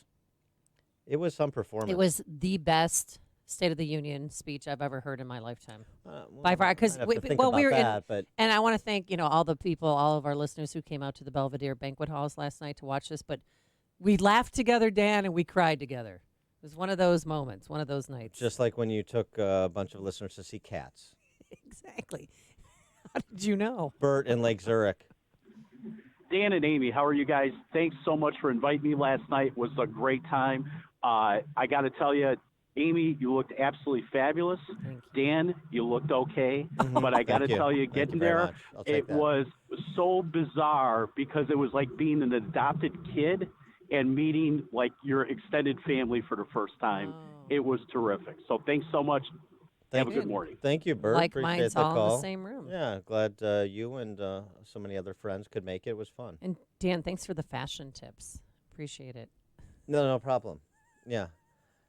Well, you did my hair before the event, and I just want to thank you. Well, I know there's a lot of ways you can. I mean, it's very much like the State of the Union speech. There's a lot of ways you can go when you get gussied up for a State of the Union event in Elk Grove Village. And so I just wanted to make sure you were comfortable out here in the suburbs. Grant in Rockford. Good morning, you two. I thought the speech was just masterfully done. He would hook them with with praising Guaido or Guaido, however you pronounce it, the Venezuelan guy, right? And then decry socialism and make them show their true colors. When that woman had her baby who was born at 21 weeks, they applauded for her, and then he ripped into them for abortion, and they all sat on their hands and looked like the idiotic hypocrites that they all are. It's very well done. And then the Rush Limbaugh Award, that was just a thumb in the eye. That was very, very good. Have a good day. Thanks for the call, Grant. Appreciate it. And, of course, by the way, just on Rush, I mean, the Twitter sphere is being as tolerant and restrained as you might expect, which is to say not particularly tolerant and not particularly restrained. A lot of people infuriated by Rush getting receiving the Medal of Freedom, having it being conferred to him right there in the gallery by the First Lady. And also not particularly rooting for Rush as it relates to his health challenge. So just in terms of, being lectured, moralized to on being compassionate about separating political passions from concern for your fellow man and all the things, the civility of our discourse, things that, charlatans like Dick Durbin like to prattle on about. Go read some of the, and the Federalist at Federalist.com has a good compendium of them. Go read some of the tweets in the direction of Rush Limbaugh. Oh, yeah. And AOC was out of her mind. And then send those over to your left-wing friends when they attempt to lecture you on the civility of discourse as it pertains to Trump or anybody else for that matter. Randy and Sandwich, you're on Chicago's Morning Answer. Hey guys, good morning. The purpose of my call is just to show contrast here, and I don't mean to tear off a scab or anything. But if you think back 4 years ago, before Trump got elected, you guys really were, to some degree, what I would consider never Trumpers. You call him a carnival barker. His whole campaign was a circus. And then now we fast forward to today, and you look at the different State of the Unions he's done up to this point. Today, I think we can all stand here and say that he's comfortable in his position, that he has got poise, he understands what he needs to do, and this is why he needs to be reelected. And I wanted to see what your guys' thoughts were, because you guys obviously were not on board in the beginning, and then what we are now, to where we can see if there's contrast with your opinion from that day to this day. I'll wait and listen to your I was answer. circumspect. Thanks for the call, Randy. Because I saw him as a bombastic New York businessman, and I actually thought he wasn't going to play well in Iowa, wearing suits, to the caucus sites and meeting Iowans, but he did well in Iowa, and he held his own. He became president, and I respect the office of the presidency. But last night, also, So with respect to the last 4 years of Trump, from candidate Trump to President Trump. Well, when he does something that upsets me, when he tweets something that I think is beneath the office of the presidency, we talk about it. Yes. But we also focus on his accomplishments. And last night, he didn't only have poise, but he had compassion too. And that's, he's always been compassionate, but he was extremely compassionate last night. So here's my take, because I've watched the guy for 30 years prior to him running for president, like everybody else did, perhaps more closely. Did I think he was a serious candidate? Absolutely not. No, I didn't. I thought it was a joke. I thought that ride down the escalator and waving around his tax returns at his announcement for president of the United States was buffoonish, and I said so. And then I watched him throughout the course of the campaign leading up to Iowa, and I could see the momentum building, and we discussed it day after day. And by the time we got to the Iowa caucus, I predicted that he would be president of the United States, even though I was with Scott Walker initially and then Ted Cruz for really the duration of the primary. So that's the history of it. I mean, I own the things that I said and the positions that I took, and I really don't apologize for them, because the 30-year run-up to Trump, the presidential candidate, boy, you really had to take it on an article of faith that this was going to be somebody different than the guy who was splashed all over New York tabloids for the previous 3 decades. And so some people had, I guess, you would say, better insight than I did, that he was going to rise to the moment, and that he was not what I now term him on so many issues. He was our Batman, not the hero you want, the hero you need. And so, the way that you're ultimately judged in this life should be is based on your conduct, what you produce. People talk, people say things. What do you actually produce? And that's how I've measured Trump from really the beginning, what he had produced up until being a candidate, and to present day, what he has produced as president of the United States. And by and large, and there are some policy disagreements that I have with him, as I've expressed on this show, particularly in the area of trade, not limited to that. Some of his communication choices, too, as we've discussed. But in terms of what he's produced, I go back to what Rusty Reno wrote about him in First Things. As to the standard of honesty for a politician, did you do or attempt to do the things you said you would do as a candidate upon entering office? And by that measure, he is perhaps the most honest president of the last 100 years. It's a rather stunning statement, but by the measure of, are you acting in furtherance of the things you said you would do, it's difficult to argue with that proposition. You don't have to like everything that he said he would do, but he is doing the things, or attempting to do the things he said he would do, as he outlined again last night in his State of the Union address. And I don't fall in love with politicians. No, you do not. Because they're only going to break your heart, as I say all the time. Like being a Cubs fan. Just don't do it. So they are the means to policy ends, and that's how I view Trump, and that's how I view every politician. And with respect to him being the means to a lot of very positive policy ends for this country, and despite what the Never Trumpers say, the conservative movement and return to common sense realism in this country, he's been a godsend. And I don't equivocate on that either. And so, so we were never Trumpers, but people have to prove up. And you know what? He's proven up. And it's just as simple as that. Andy in Hinsdale. Hey, good morning. I thought it was pretty impressive to see Kristen Sinema standing multiple times, especially sitting next to Kamala Harris and applauding lines that should be applauded. And then I thought it was also entertaining several times to see various Democrats in the chamber who were standing up with a quizzical look on their face, applauding, but not sure if should I be standing up and applauding because no one else was. That was fun. They stood up for infrastructure. Thanks. And then for the call, Kristen Andy. Sinema, she was sitting next to Kristen Hildebrand, I believe, too, with Kamala in the back. But she stood up several times, and there's no way in the world. I'll be surprised if she does not vote to acquit President Trump today.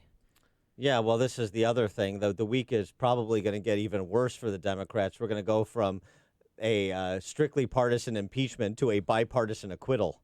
Not exactly what they had in mind. Chris in Naperville. Dan and Amy, good morning, big fans. Stunning visual last night, listening to Trump tout the record levels of African-American unemployment, youth poverty, African-American at the lowest levels, and sitting Democratic African-American politicians sitting on their hands with the sourest, dourest looks on their faces. I think that said it all about last night. Thank you. Thanks, Chris. Mike in Crown Point. Morning, guys. If I was President Trump, I had been so tempted to look directly at Adam Schiff and announce that under Adam Schiff's guidance and recommendations, we're finalizing a deal to sell Alaska to Russia. Yeah. Take care. Thanks for calling, Mike. Yeah, I mean, Adam Schiff unhinged yesterday. Trump you're just encouraging him to do it again. He's sell Alaska to the Russians or give it away or, I don't know, use it as a Russian staging area for a military takeover of our country or whatever script Adam Schiff is working on now. He's trying to get optioned in Hollywood. Marty in Naperville. Hey, good morning, kids. Great show as usual. Nancy Pelosi can rip up all the speeches she wants. Today, Donald Trump gets to rip up the impeachment papers. I say Donald Trump wins. There you go. Thanks, Marty. Listen to podcasts of Dan and Amy from the AM 560 mobile app. Download it today at 560theanswer.com/mobile. When you're diagnosed with metastatic breast cancer, a million questions flood your mind. How can this be happening? Am I going to be able to work? What's a subtype? What do I do now? We know. We went through it too. But once you start to understand your options, you can partner with your doctor and find ways to face MBC on your own terms. Visit findyourmbcvoice.com and learn how to speak up and have a more informed conversation with your doctor. Some questions have answers. Visit findyourmbcvoice.com to find some of yours. Doesn't it seem like things are always getting more expensive? Groceries, the rent, even utilities. Cost of living is up, but Allstate can help lower your cost of driving. With new lower auto rates in Illinois, you get the same high-quality coverage and hands-on expertise from a local Allstate agent. Now with new lower rates, you're in good hands with Allstate. If you haven't quoted Allstate lately, it's the perfect time. Get a quote today. Subject to terms, conditions, and availability. Savings vary. All right, Dan, you were with me last night when people asked me about balance of nature. Does it really work? And you were so sick for so long, Amy. What happened? And then I said, well, I wasn't on balance of nature, but I'm back on it now. And you should be on it too, Dan. Yeah, people could barely hear you through your mask, but yes. And what balance of nature does, it helps build and boost your immune system, and we need that right now during the cold and flu season. And don't even get me started about the coronavirus. So what you can do, sleep, get plenty of sleep, but you need to eat well, and that means eating enough fruits and veggies, which I know you are not doing on your own. And that's where balance of nature comes in. Folks, just 6 capsules a day. You can take 3 in the morning, 3 at night. But with that, you're getting 10 servings of 31 different fruits and veggies. And yes, you hear stories right here on the station about how People's lives have changed by taking balance of nature. And guess what? The next story could be yours. So make a commitment to living a better, healthier life in 2020 and order Balance of Nature today. Free shipping and 35% off your first order of Balance of Nature. Here's what you do. They have coaches standing by, operators, that'll take your order and answer any questions you have. The number to call is 800-246-8751. That's 800-246-8751. Use discount code Chicago or simply go to balanceofnature.com.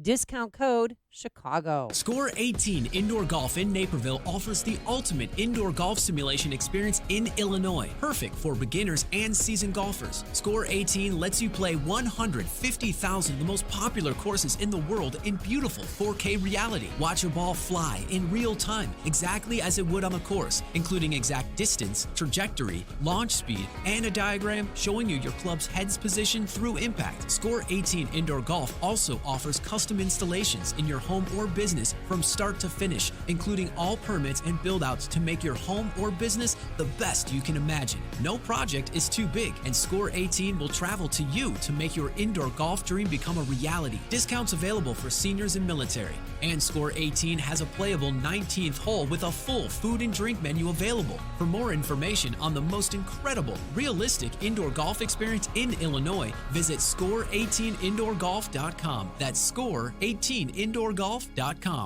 AM 560, The Answer. Dan and Amy talking State of the Union address. John and Wheeling, you're on Chicago's Morning Answer. Hey, John.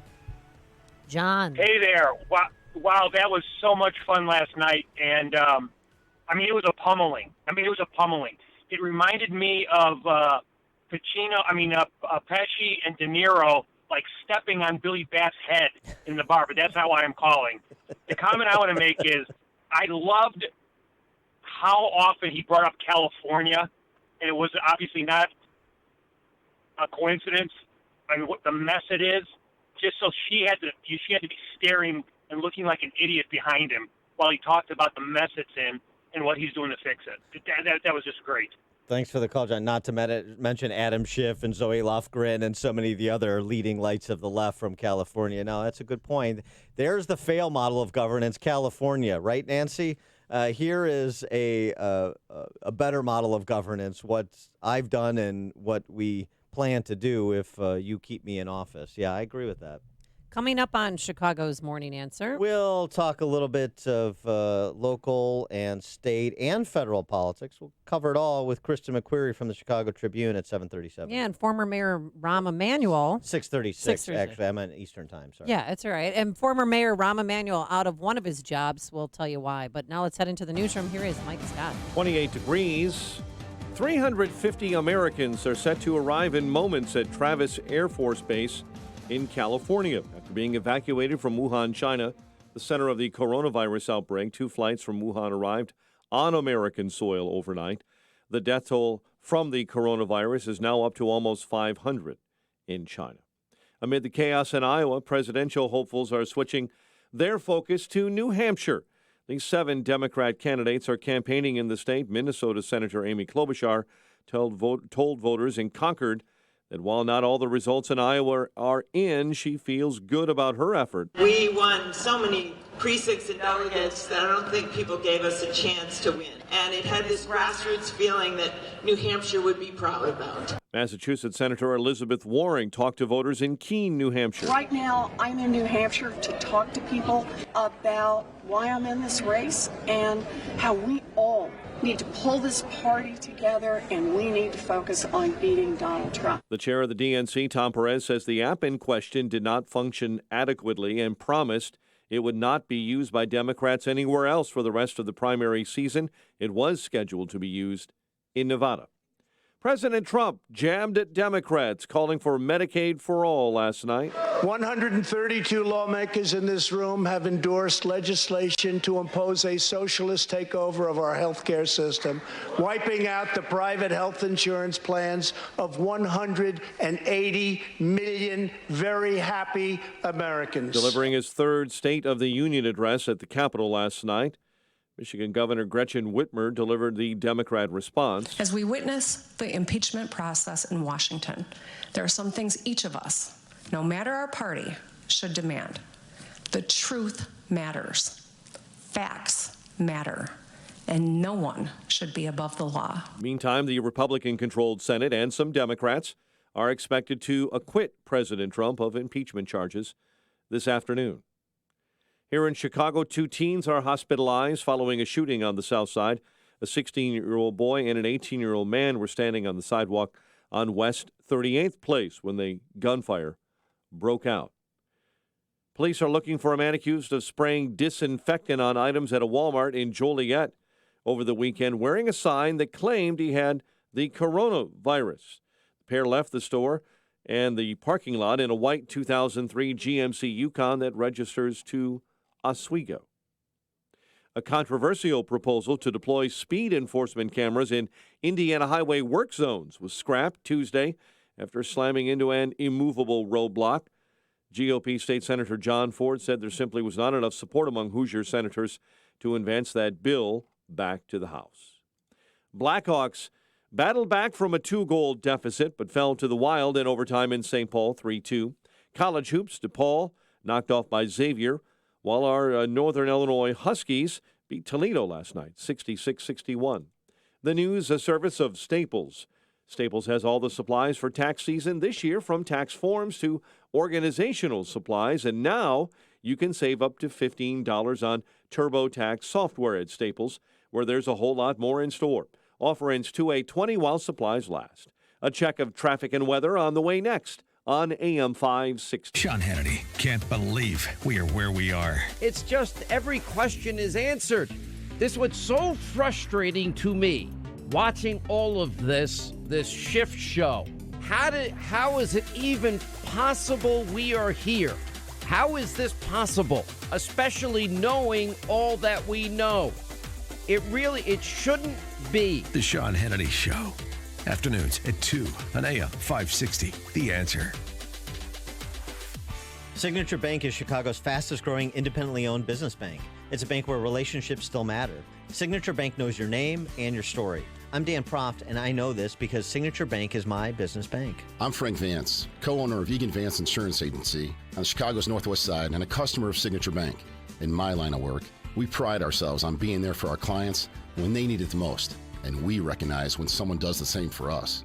As Egan Vance was expanding, we wanted to buy a much sought-after building in the neighborhood. We couldn't waste any time. I called Signature Bank, and that was all it took. I didn't have to talk to multiple people in silo departments with multiple forms to fill out. One call did it all.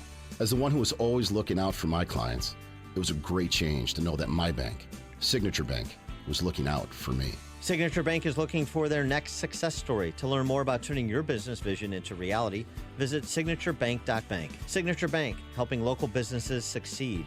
Member FDIC, Equal Housing Lender. As time goes by, we can all use a little more help getting around. Staying mobile and independent can be tough for some, especially our aging loved ones. When you need assistance finding the right quality products to make life easier and more enjoyable, there's Mars Medical Supply. Home medical equipment and supplies to keep you or someone you care for independent and mobile. Whether it's living with certain medical conditions and disorders, or recovering from injuries and surgeries that are difficult to cope with, shopping for specialty products can be frustrating. The Mars Medical Consultants will help you find the right solution and feature a full line of lift chairs, scooters, knee walkers, power wheelchairs, and rollator walkers. There's also financing available on purchases over $200 through Care Credit to help you get the products you need right away.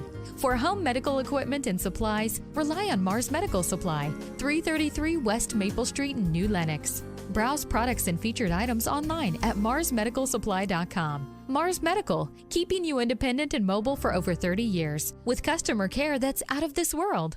Get the best sleep of your life. Helix makes personalized mattresses to fit your unique body type and sleep preferences. Go to helixsleep.com and get up to $200 off during their holiday sale. Listen to AM 560, The Answer, online at 560theanswer.com, on the AM 560 mobile app, and your Alexa-powered smart speaker, on TuneIn, iHeart, and radio.com.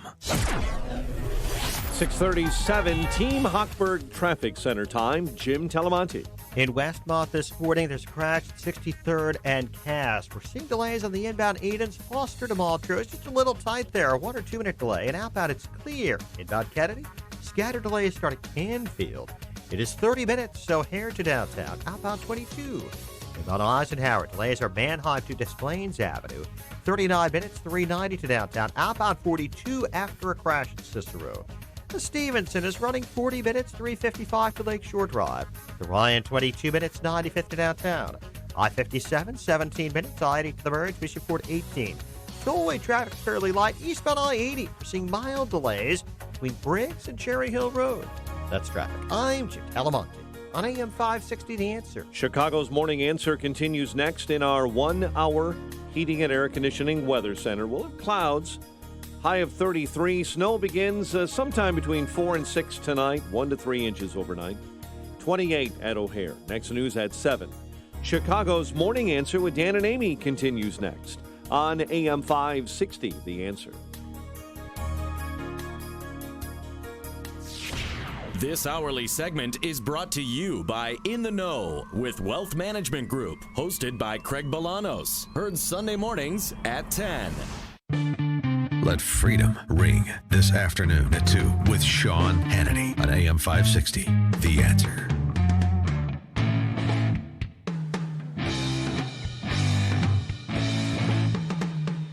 Good morning, Dan and Amy. And interesting piece from those econometric eggheads over at 538 blog, 538.com, Nate Silver and those other Moneyball algorithmic guys. Looking at how Iowa may have screwed up the whole nomination process. You know, they try to model the election season. They've come up with sort of categories to measure impact of particular states on the overall race. They came up with, they have this relative bounce magnitude category measurement that they've come up with. And the Iowa, they contend, second most important date on the calendar this year, trailing only Super Tuesday. Based on the delegates plus the early state bonus for candidates, the successful candidates coming out, plus 23 combined, whereas March 3rd, Super Tuesday, with a dozen states holding their elections, that's a plus 30. And the point is, with all of the publicity and the duration of the publicity for the run-up to the first-in-the-nation election, Iowa, it has a wildly outsized impact on the trajectory of the race. They contend it's worth the equivalent of almost 800 delegates, 20 times its actual number. Interesting. And so with nobody coming out of it with any real bounce, even those who overperformed like Mannequin Pete and Klobuchar. Klobuchar's so boring, I can't even generate a nickname for her. Wait. Yeah, it's just so boring. I can't even figure out a nickname for her. It's not even worth the time. Wait. She's that boring. Wait. So, but you know, so they overperformed, but you still have people, you know, basically like the election. They mucked up the election so badly that the cratering of Biden is blunted, and the success of candidates who overperformed is also blunted. I mean, Biden should take a serious look at his campaign. Everyone spoke yesterday except for him, Mayor Pete, all excited because how did Mayor Pete steal all the moderate Democrats from Joe Biden? I mean, Biden came in fourth, possibly fifth place when it's all said and done here. Yeah. I mean, that's a huge avalanche. It is not clear that that's what was going on necessarily with Biden. In point of fact, the exit polling I saw suggested that Biden voters' second choice was actually Bernie. Really? So this is a little bit more complicated than just sort of the perceived moderate versus socialist dynamic at play. I think it's much more sort of an outsider-insider thing. I think it's much more of an energy, enthusiasm thing. Well, Bernie's and very particularly upset. as you go, down the age demographic. This is not a good thing. Your question is a fair question. I think this is not a good night for democracy. Yeah, well, and we're still the good news waiting. is he doesn't believe in representative form of government anyway, so it sort of ultimately redounds to his benefit to make to follow the Chavez model of quote-unquote democracy. For more on the topic, we're pleased to be joined by Kristen McQuarrie, Chicago Tribune columnist and editorial board member. Kristen, thanks for joining us. Appreciate it. Good morning. Well, so, I mean, it's, for us Chicagoans here, I mean, the histrionics over the Iowa Democratic Party being unable to run an election and produce results in a timely fashion, I mean, this is all so much old news for us in Cook County. I guess it just goes to prove that the Democrats can even turn a place like Iowa into Cook County. Well, I hope that's not what is happening. I've always been a fan of the caucuses. I know they're outdated, but I've always sort of trusted Iowans. They are seeing these candidates up close multiple times in person, interacting with them. That is so different from what we experience in Illinois, where we're basically watching some debates and seeing television ads. So I hope this doesn't mean the end of the caucuses, but what a huge embarrassment for the state. Yeah, and now, we still don't know the results from Iowa. New Hampshire might go to Bernie. We don't know. But now our primary, March 17th, may matter.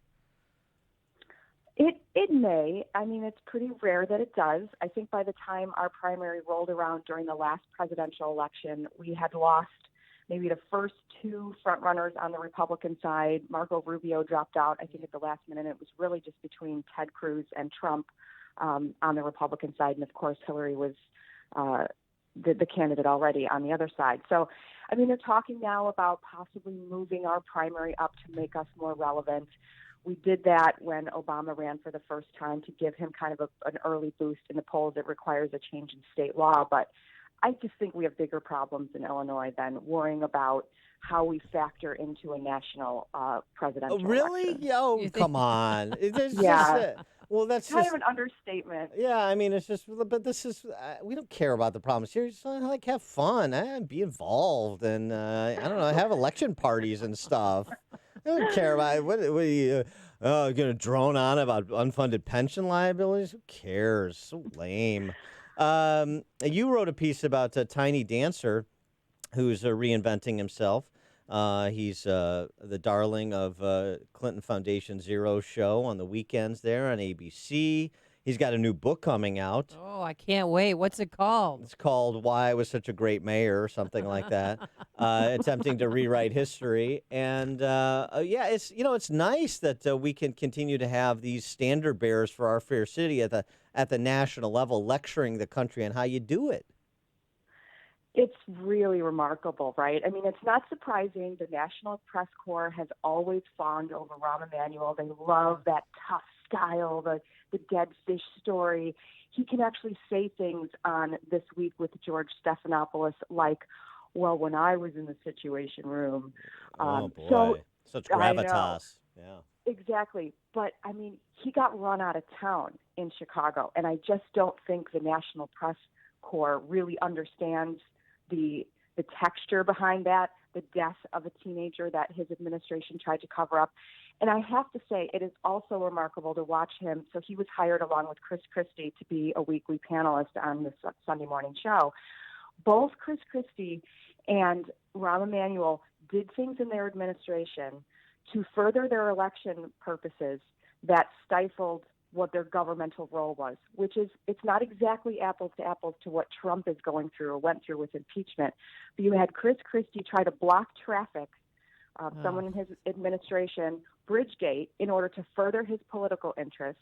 And then you had Rahm Emanuel and his administration trying to delay and cover up the videotape release of Laquan McDonald in order to further his political career.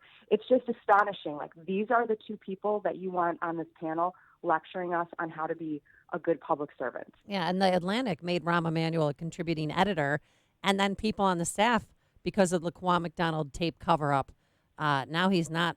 He's out of that job. Right. So he wasn't even out of City Hall, and he was already lining up all these media gigs. And one of them was to be a contributing editor at The Atlantic, which is just kind of an honorary title. I don't even know that it comes with any sort of pay. But it's what they do in the magazine world to kind of elevate important voices. And apparently, nobody really knew this was happening. But because of the Laquan case, black staff writers and other staff writers at The Atlantic said, this is wrong. I mean, we should be exposing this type of behavior that this mayor did, not elevating him to this role. So he has not written any pieces since for many months, maybe 6 months. Since we have you here, and since you're at the Chicago Tribune, and maybe talk a little bit about state and local politics with another fungible Democrat roll call vote pleading guilty to federal corruption charges. That would be Marty Sandoval, and some suggestion that he's cooperating with the feds. Other people involved with this Safe Speed red light camera outfit seem to be cooperating with the feds. So there may be more to come, both in terms of local governments that were involved with Safe Speed and these red light cameras in their communities, as well as with state legislators, not just with the red light camera issue, but also with the ComEd, the Exelon bailout issue, as well as the gaming interests and their lordship over Springfield as well. So, and then you had the raid on Madigan's office looking for documents about Jack Franks, the sainted Jack Franks, the independent Democrat from McHenry County, accused apparently of some kind of sexual misconduct, sexual crimes. I mean, that's the basis for the search warrant, at least. So, where does this all go? I mean, it's sort of like the question of that we have at the federal level. When does the reckoning come for the bad actors, say at the FBI or the CIA in the 2016 campaign? Is there going to be a reckoning for all the bad actors in Springfield and in local government in Chicagoland? Based on the silence from Democratic Party leaders and Democratic voters, probably not. I mean, look at all. Would anyone in the private sector, would anyone in the Republican Party, any conservative, still be breathing if this kind of avalanche of corruption, sexual harassment, mismanagement, setting aside the state of our budget and unbalanced budgets and unfunded pensions, who keeps a leader in charge like that? And of course, I'm speaking of House Speaker Michael Madigan. He's the chairman of the Democratic Party, and he's really suffered absolutely no repercussions for any of this. Now you have, so the raid on his office regarding Jack Franks was from state police. So that's even separate from what you're getting from the federal government. Right. But just to crystallize the Martin Sandoval, because he's not a household name. I'm sure most people don't, whatever, who is this guy? If you do a little organizational chart with him at the center, with all the little spindles stretching out and how this investigation is going, he is so key. I just can't emphasize it enough. He has touched on all kinds of different industries. He knows a lot about waste hauling. Sure he not does. Just red light cameras. All those Village Hall raids, many of them had done business with Mike Madigan's son, Andrew, had done some insurance business with him. Mesereau, and right. Yes, and so I think there is a concern that if there's any weak spot for Madigan, it might be that. And again, these are nobody is accused of wrongdoing at this point, but those are some of the items that the feds were looking at.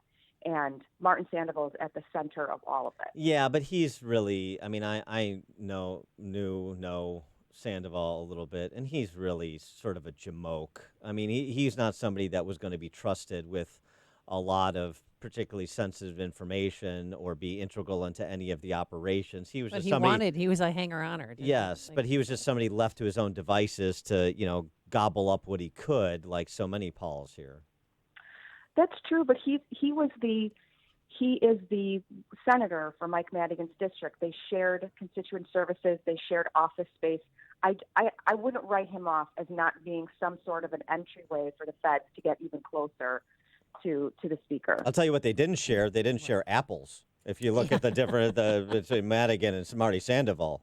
He looks I think horrible. he likes taffy apples, Dan. Oh, there you go. I'll have taffy on that apple, Mr. Speaker. And some Yes. peanuts. And before we let you go, Kristen, do you have any inside information about Jack Franks and those sexual misconduct allegations? I don't. I mean, it's so bizarre. It's so weird. The fact that they tried their initial steps were just to keep him off of the Capitol complex. But again, there were questions about why Madigan released that information or leaked it in the first place. I really don't know. I mean, what I am noticing is just the silence again from all those female legislators who were wearing black and marching in Springfield and doing the whole Me Too movement stuff. And they have been totally silent on on a lot of this, but especially now with the additional information about Jack Frank. Well, so has what passes for the Republican Party here. What have they said that's of a particular import? Exactly. I mean, that's nothing. What sort of was revealing to me, which shouldn't be surprising, about if the allegations against Jack Frank turn out to be true, and we do not know this at this point, but this is also what builds loyalty.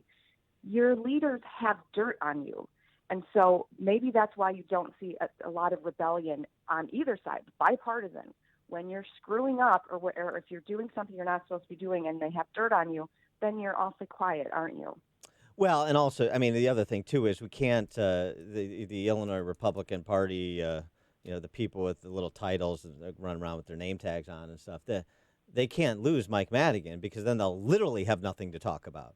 If they don't have Mike Madigan, they don't have any identity because their identity is, I'm not Mike Madigan. Well, I mean, there's so many policy proposals that they could be trying to create some very stark differences, but you don't hear that either. She is Kristen McQuarrie, Chicago Tribune columnist and editorial board member. Kristen, thanks as always for joining us. Appreciate it. Thanks for having me. Goodbye. Bye. And she joined us on our turnkey.pro answer line. The more you listen, the more you'll know. This is Chicago's Morning Answer. Morning Answer on AM 560. The Answer. The Lou Dobbs Financial Report is brought to you by Signature Bank, helping local businesses succeed. Visit signaturebank.bank for your commercial banking needs. I'm Lou Dobbs. Tesla shares surge as the electric car maker continues its big rally. Orders for factory goods up, and a new study prompts increased sales of American almonds. Those stories next. Albert Einstein once said the only way to predict the future is to look at the past. History proves financial markets have patterns. What goes up must eventually come down. Lou Dobbs here, and the market is up, higher than it's ever been in history. But it may not stay that high without an eventual adjustment. And if it comes down, stocks could tumble quickly. Don't wait to protect your money until it's too late. Your entire retirement portfolio could be at risk in one day. My advice? Visit GoldIRA.com and learn how Goldco feels you can protect and secure your retirement savings now. Get a free Gold IRA kit from Goldco by visiting GoldIRAkit.com and fill out a simple form. The folks at Goldco will help you set up a self-directed IRA that puts you in control of your money. Just call 855-815-GOLD or go to GoldIRAkit.com today. Tesla continued its rally yesterday as company shares surged another 20%. Tesla has more than doubled its market value since the start of the year. Tesla announcing it will comfortably exceed its goal of making 500,000 electric cars this year. The best gain in new orders in a year and a half for American-made goods in December. The Commerce Department reported solid demand for defense aircraft led the increase, and with a rebound in manufacturing activity in January, the Trump economy rolls strongly into this election year. Almond growers expect increased consumer sales after a new study shows almonds may have fewer calories than originally believed. How about that? Please join me for Lou Dobbs tonight, 7 o'clock and 10 Eastern on the Fox Business Network. This is the Lou Dobbs Financial Report. The weather outside might feel like winter, but if you have school-age kids, you should be thinking about back-to-school season, and specifically, you should be thinking about where you'll be sending your kids to school this fall. If you've always felt like you really didn't have a choice to send your kids to a private school because of the cost, then listen up. We want to tell you about halfpriceschools.com. At halfpriceschools.com, you can find local private schools from all over Chicagoland offering vouchers for a full year of tuition at half the price with no catch. Find a school near you, purchase the tuition voucher, prepare to send your child off to school this fall. It's that simple. Halfpriceschools.com has schools located across Chicagoland, including Westminster Christian School in Elgin, Christian Liberty Academy in Arlington Heights, and Chicago Hope Academy on the near west side of the city. Make private school a real option for your family for the first time this year, but don't wait. Many of these vouchers will sell out. Visit halfpriceschools.com today. That's halfpriceschools.com. We're all aware of national dealers that sell gold and silver. But national dealers? It sounds so impersonal and far away. Guess what? Fox Valley Coins in Naperville is a national dealer, and they're right here in our backyard. With Fox Valley Coins close by, you won't have to relinquish your personal information and money through the mail and hope that you receive what you ordered in the next days, weeks, or months. Most of the time at Fox Valley Coins, you just walk in the store, pick out what you want, pay for it, and walk out the door. It can be that easy. And if you're interested in selling your rare collector coins or currency, Fox Valley Coins specialize in the rare ones. Buying and selling individual coins and currency, as well as all gold, silver, platinum, palladium, and rhodium in coin, bar, and scrap form. They'll even make house calls when appropriate. Fox Valley Coins is one light north of I-88 on Route 59 in Naperville. They're closed on Sundays and have been dealing with integrity since 1981. Check out foxvalleycoins.com. That's foxvalleycoins.com. When it's cold outside, you can dress for it. But when your furnace gives out, hey, a blanket fort can only do so much. So call your local 1 Hour Heating and Air Conditioning. We'll replace your old furnace with a new high-efficiency one.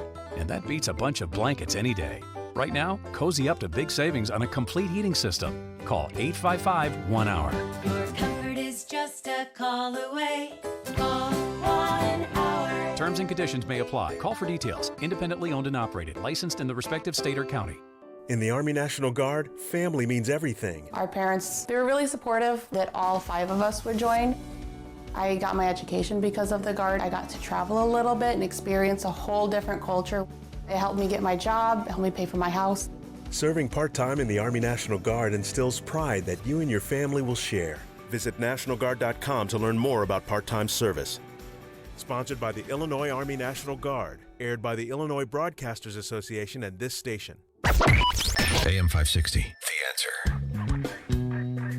Coming up on Chicago's Morning Answer. We'll pick up our So-To talk with Eddie Scarry from the Washington Examiner, and also hashtag #MeToo flipped on its head in the Johnny Depp-Amber Heard relationship. We'll discuss that at 7:17. And later, looking for 2 people who pretended to have coronavirus and wreaked havoc on a Walmart in Joliet. But now let's go into the newsroom. Here is Mike Scott. Kim Foxx admits her office wasn't transparent. Street performer stabbed at a Red Line station.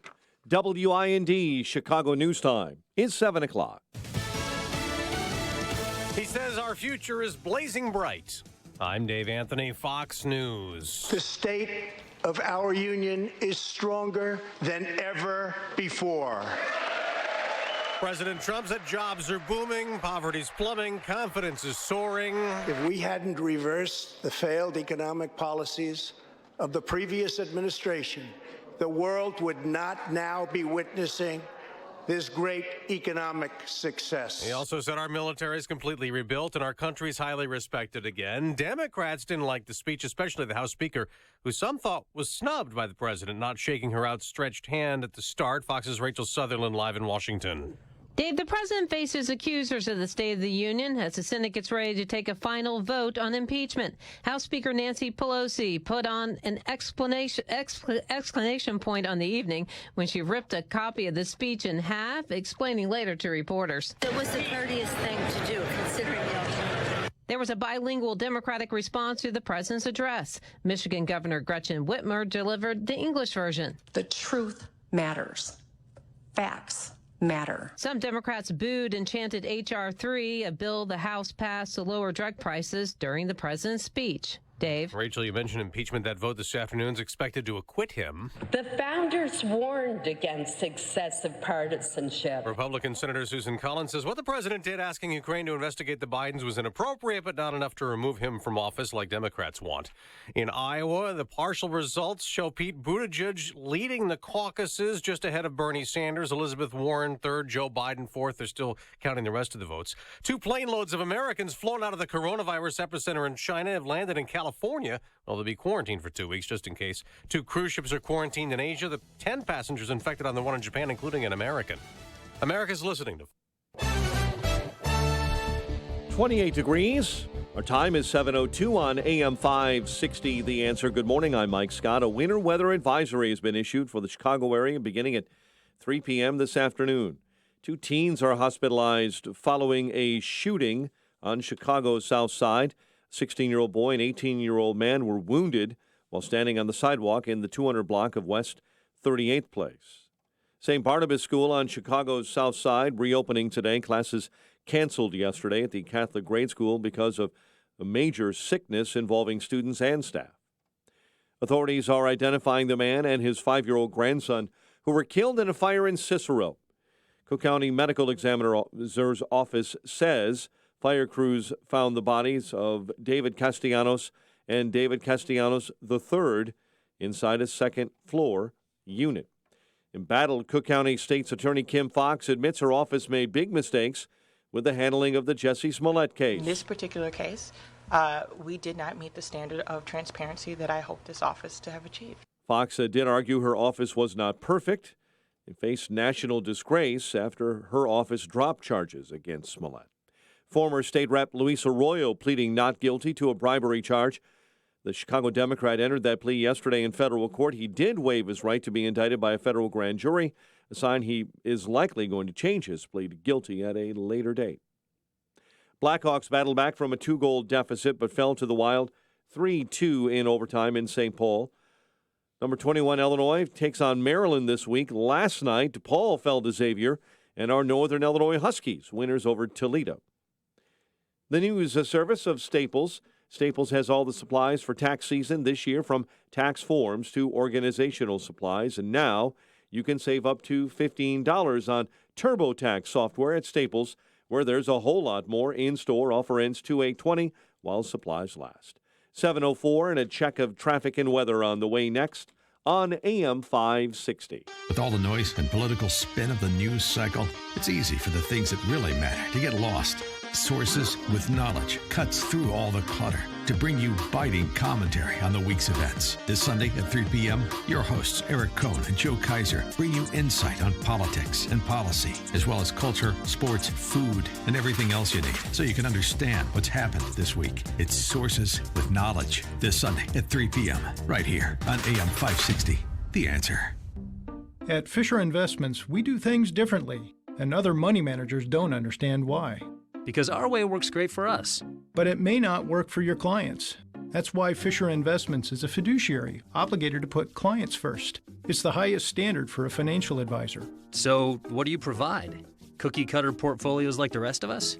No cookie-cutter portfolios here. Fisher Investments tailors portfolios to meet each client's goals and needs. But you do sell investments that earn you high commissions, right? And make commissions when you make trades for your clients? No. Fisher Investments doesn't sell any commission investment products, and we never earn commissions on trades. So what's in it for you? Fisher Investments fees are structured so we do better when our clients do better. When it comes to helping clients achieve a comfortable retirement, we're clearly different. Visit FisherInvestments.com to find out why investors like you switch to us. Fisher Investments, clearly different money management. Investments in securities involve the risk of loss. Are your windows needy? Call Crumweedy. Hi, it's Mike Gallagher. If you need windows, call the exterior experts, Crumweedy. Mark Olson and Greg Olson of Crumweedy run a third-generation family business that's been doing Chicagoland exteriors since 1953. For them, it's all about trust. They truly share your values. Why windows from Crumweedy? Crumweedy windows are not offered anywhere else in Chicagoland. They're exclusive. That's why they can offer a lifetime material and labor installation guarantee. Lifetime. That's a great investment for your home. Windows from Crumweedy are Energy Star rated, unlike most other windows. Also, the vinyl windows are 100% virgin vinyl. You're getting quality. Windows with a lifetime material and labor installation. If your windows are needy, call Crumweedy. 630-595-8020. That's 630-595-8020. Just remember this, windowsareneedy.com. Windowsareneedy.com. Staples has all the supplies for tax season this year, from tax forms to organizational supplies. And now you can save up to $15 on TurboTax software at Staples, where there's a whole lot more in store. Offer ends 2/8/20 while supplies last. Listen to AM 560, The Answer, online at 560theanswer.com, on the AM 560 mobile app, on your Alexa-powered smart speaker, on TuneIn, iHeart, and radio.com. 7:07, Team Hochberg Traffic Center time. Jim Talamonte. Careful in Addison this morning. There are two crashes on Lake Street, one at Addison Road, one at Rollwing, and there's one on Army Trail west of the Veterans Memorial Tollway. On 355, traffic's moving well right now. The northbound tri-state is a little congested around the Hinsdale Oasis and then also approaching the Eisenhower. The Edens runs 21 minutes like Cook to Montrose. The Kennedy, 44 minutes. O'Hare to downtown, 25 from Montrose, 11 in the Express. Outbound, 28 minutes to the airport. Inbound Eisenhower, 48 minutes, 390 to downtown, 35 from Wolf. Outbound, 40 minutes to 390. Stevenson, 49 minutes, 3:55 for the drive to Ryan, 27 minutes from 95th. I-57 is 27 minutes from I-80 to the merge, Bishop 422. I'm Jim Talamonte on AM 560 The Answer. Chicago's Morning Answer continues next. In our 1-hour heating and air conditioning weather center, our meteorologist Steve Williams. Mostly cloudy today, the high 33. Some snow tonight, 1 to 3 inches, low 27. Snow tomorrow, another 1 to 3 on the way, the high 31. Morning flurries Friday, otherwise cloudy, and the high at 35. I'm Steve Williams on AM 560, The Answer. We're at 28 at O'Hare. Next news, 7:30. Chicago's Morning Answer with Dan and Amy continues next on AM 560, The Answer.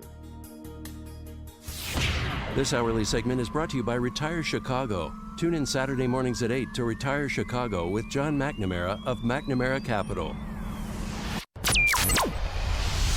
This is Chicago's Morning Answer with Dan Proft and Amy Jacobson on AM 560. The Answer.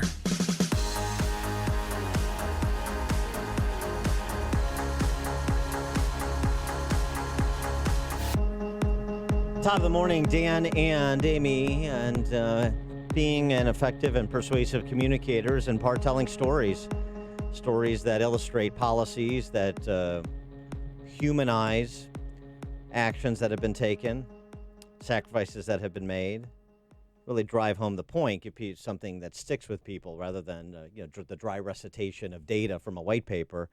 And I thought President Trump was masterful both in the stories that he selected and the timing in which he offered them last night. I mean, just think. So here's the rundown, and you tell me what was most powerful for you. Conferring the Presidential Medal of Freedom on Rush Limbaugh, recognizing Juan Guaido as the legitimate president of Venezuela as a way to illustrate and talk about the ravages of socialism, reuniting Sergeant First Class Townsend Williams with his family in the gallery. That was beautiful. Janova and Stephanie to illustrate school choice.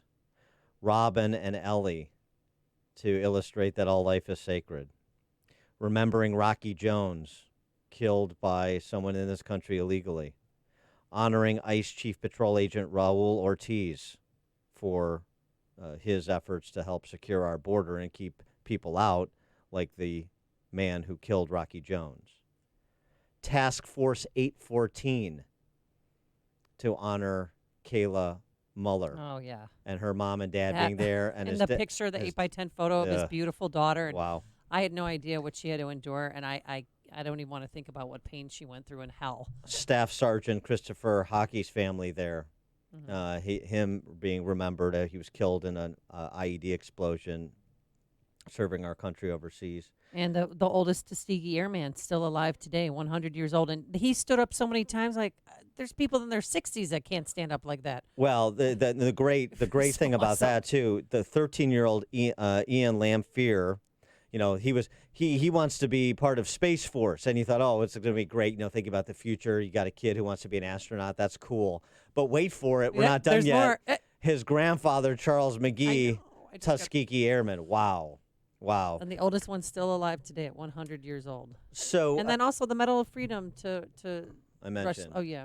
And so all of those stories, and I thought they were spaced out fairly nicely, but even regardless of the spacing over an hour and 20 minutes, how they illustrated the particular policy that undergirds the story that President Trump was telling. I thought that was it's not novel.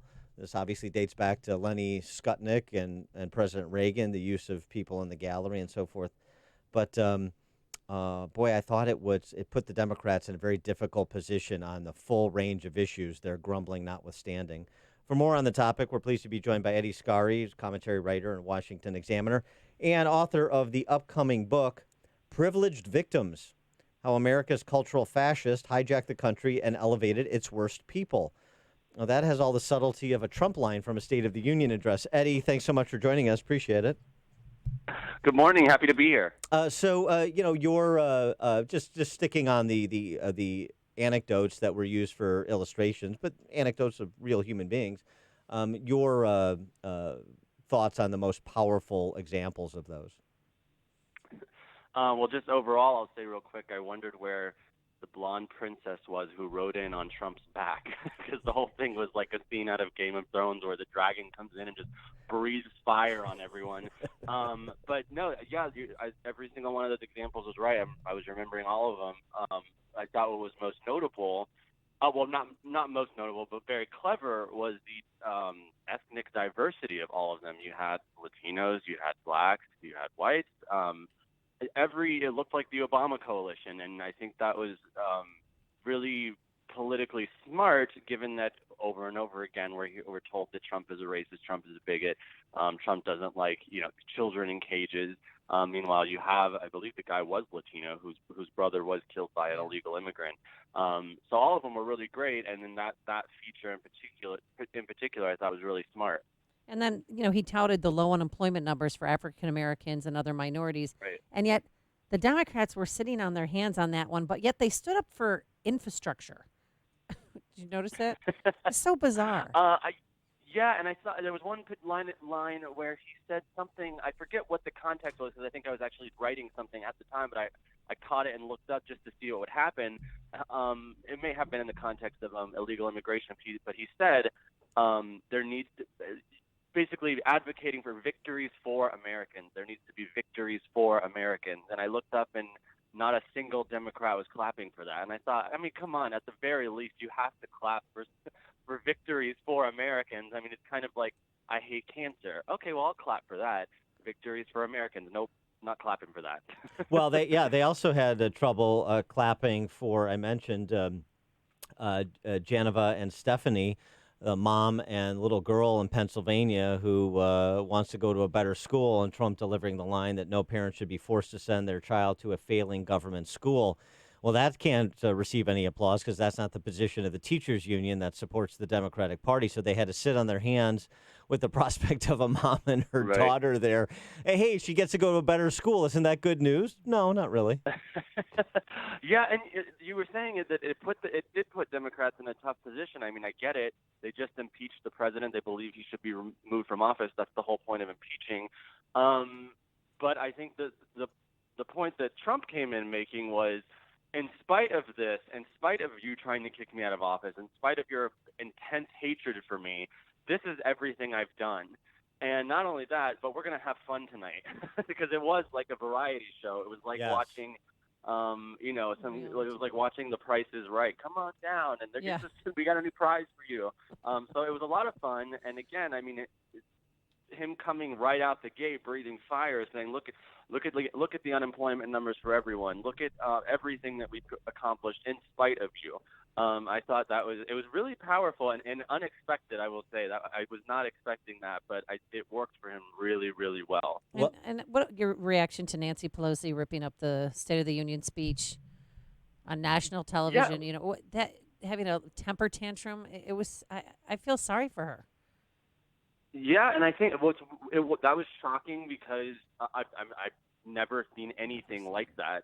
The disrespect for the body that's there. That's everyone. That's the chief justices. That's the Senate. That's the House of Representatives. It's the president, all in one place. And you rip up this speech on national television. I would put that level of disrespect on the same level of Ruth Bader Ginsburg constantly falling asleep at every single State of the Union. I'm joking, but I know she wasn't there last night. So. What was weird about that was that Nancy Pelosi, whatever you think about her, is actually a fairly cool figure. She is someone that keeps her cool. You never see her shaken. And in this case, we saw the exact opposite. This was her shaken. It was her upset, and in a way that was so explicit.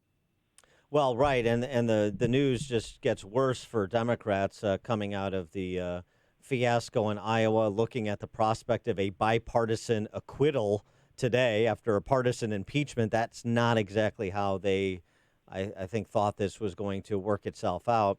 And really a field of Democrat socialist candidates that are flailing right now with Bernie still ascendant and Biden cratering, and the decision they have to make about whether they throw all in with, billionaire Bloomberg. That's right, and I always have said that probably the biggest purpose of breaking the emergency glass on impeachment was to serve as a distraction from the freak show that's happening in the Democratic Party. It's a complete mess. I think if they had a wish, it would have been to keep impeachment going.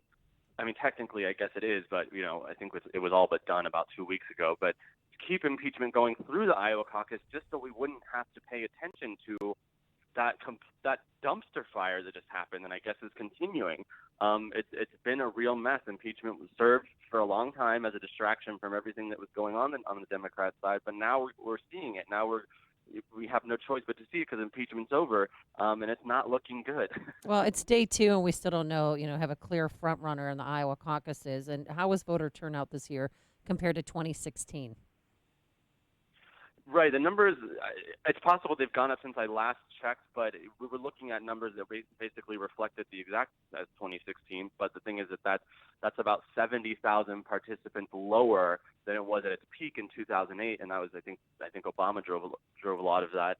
But if you're looking at basically the same numbers, you're kind of as 2016, you're wondering, well, where's all that energy that we were expecting from the Democrat side? Why aren't we seeing a surge in turnout there? And what it probably suggests is even if there are people not coming out even if there are people that are not going to come out to vote for Trump, they're not going to come out to vote for Democrats. And the thing is, they need a higher turnout than he necessarily does at this point. Hey, all this talk with Joe Biden finishing a distant fourth, maybe fifth when it's all said and done, not looking good for New Hampshire, may fade down the lineup there as well, and then he supposedly has this fireball in South Carolina. We'll see if it holds, but it's all if Biden continues to falter, then the Democrat establishment has to go with Bloomberg. Why not Mayor Pete? Why not Mannequin Pete? I mean, he overperformed in Iowa. He's young, so you got somebody who's not in their late 70s. That seems to be novel in this field. He doesn't have his ARP card yet. You also have, the Make History first gay president at a party that where identity politics is their religion. Why he's raising some money so he can hang in there. Well, why not throw all in with Mayor Pete?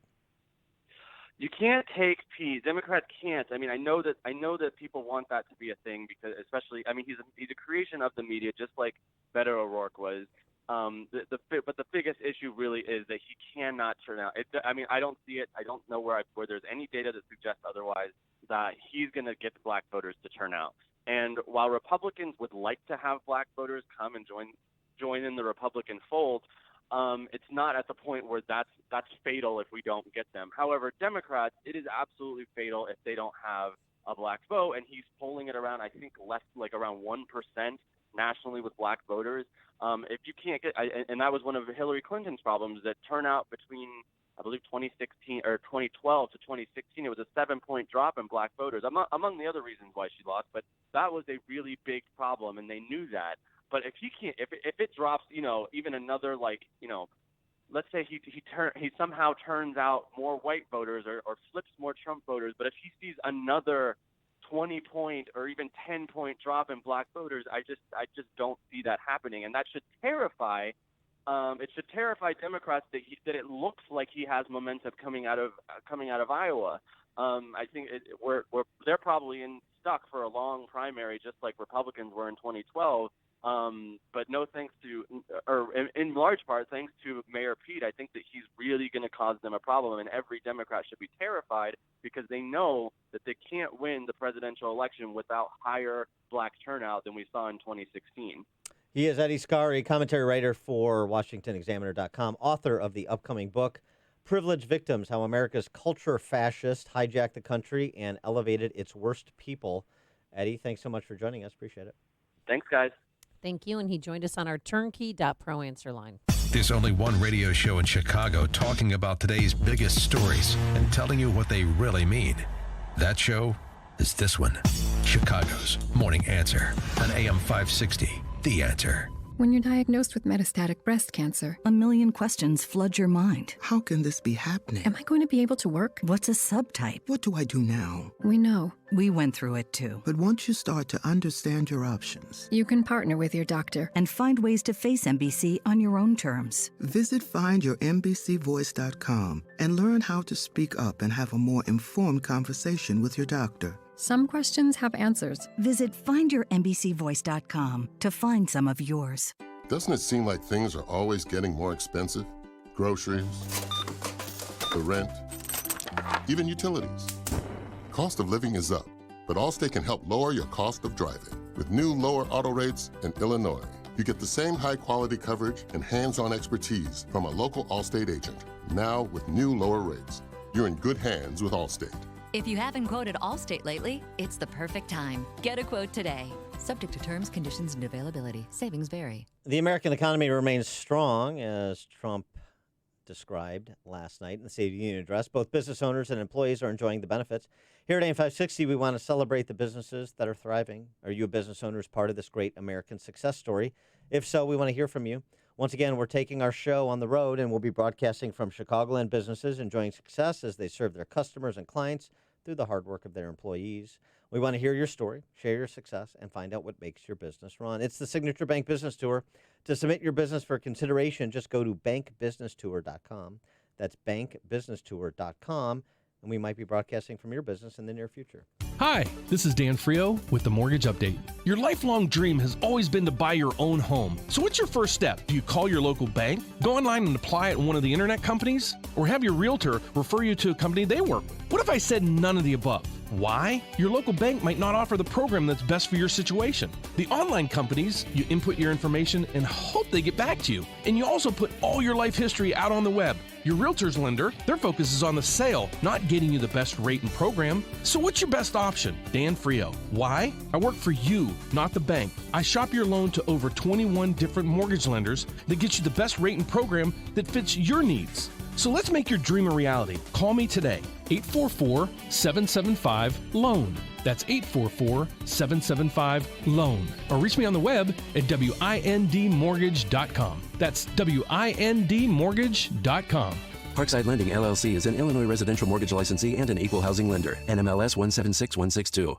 You know, people asked me last night at our State of the Union viewing party if I really like the new Giza cotton sheets, and yes, I do. And right now we still have the 2-for-1 offer, and there's a 60-day money-back guarantee, so give it a shot. If you don't like it, then you can return them. And there's also a 10-year warranty on those sheets and all the MyPillow products, the MyPillow, the mattress topper, the new MyPillow towels, which are very absorbent and soft, and you'll love those Giza cotton sheets. I guarantee it.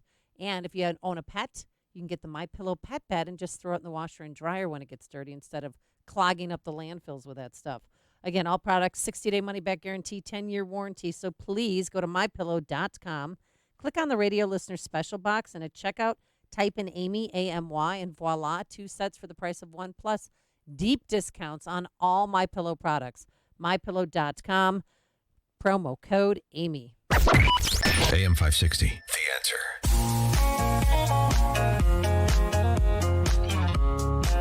Top of the morning, Dan and Amy, and an important year in Chicago history I want to observe. Yes. 50 years ago today, 50 years ago this year, I should say. You know what happened?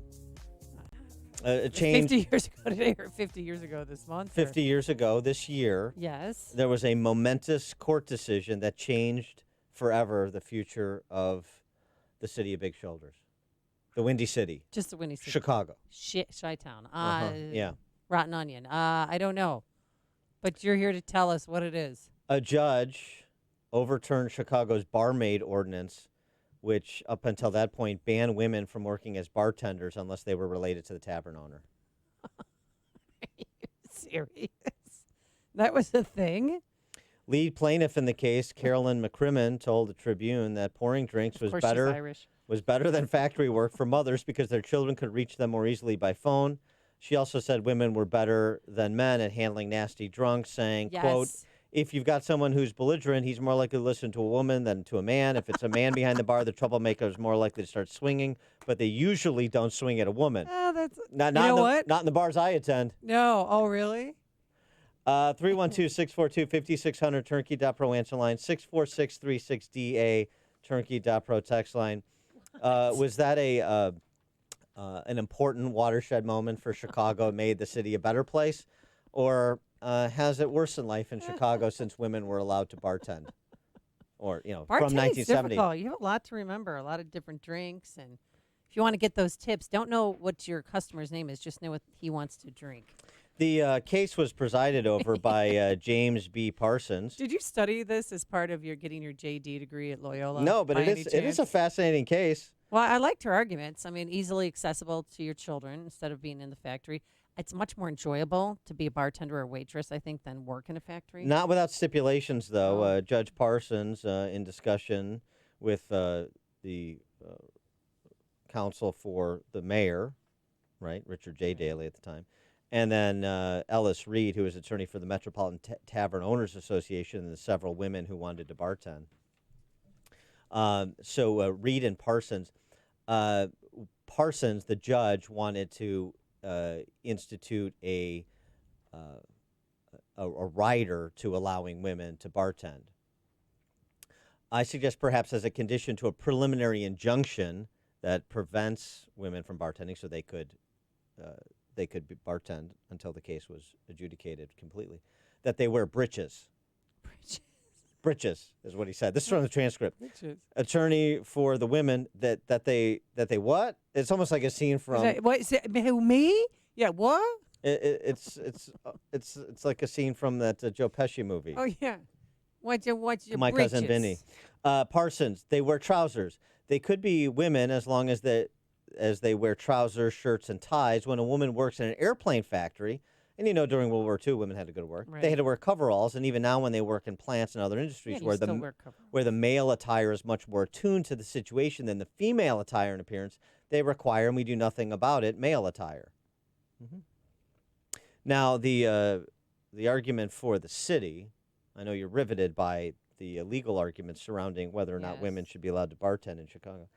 The city was worried about B-girls. What's a B girl? Like you don't know. What's a B girl? Like you weren't one. I'm an A girl. Oh, no, what's a B girl? Women hired by tavern owners to encourage patrons to buy drinks. Oh. Uh-huh. Sex sells, baby. If women were allowed to flirt and pour at the same time, there would be no telling what might happen. Attorney for Richard J. Daley calling that a definite moral problem for male customers. Yeah.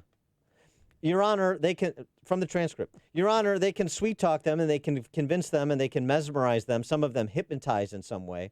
A poor fellow would not know what he was drinking, and lo and behold, if something happens in the bar, the licensee can lose his license, but Mary can go across the street and get a job there. Oh. The judge asked, "Do you mean women are in the habit of mesmerizing men?" Attorney for Richard J. Daley. Your Honor, be it any way, any different since time, and Parsons, the judge, said that, he went back to his breeches rider, especially if she is shirted or tied so that the bosom is not unduly exposed, nor the dress by tradition unduly suggestive. Do you know what I mean? And then the attorney for Daley said, yeah, we're getting a little far afield. I don't want to do that. We better stay in the same ballpark. But he was really, the judge, fixated on this breeches qualifier for women to bartend. When were women able to wear skirts when they bartended, I wonder? Yeah. When that transition took place. When we changed the rules. Yeah. Interestingly, the attorney who represented the women actually ran for mayor in 1977, but he only got name? Mr. Bridges? No, Ellis Reed. Oh, Ellis Reed. He only got 4,000 votes. Oh my God. He lost to Michael Blandick by a wide margin. Blandick. Mm-hmm. What's snow? What's snow? I don't see any snow. Yeah, but how about that? It's just 50 years ago this year. Wow. Female bartenders in Chicago, and look at the city now. Way to go, ladies. You B-girls. B-girls.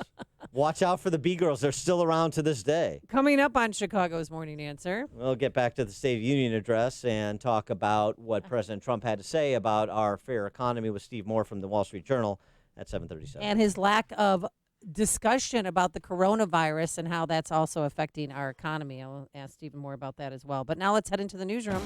Here is Mike Scott. Gray skies, 27 degrees. A winter weather advisory has been issued. The president delivered his third State of the Union address last night. We are advancing with unbridled optimism and lifting our citizens of every race, color, religion, and creed very, very high.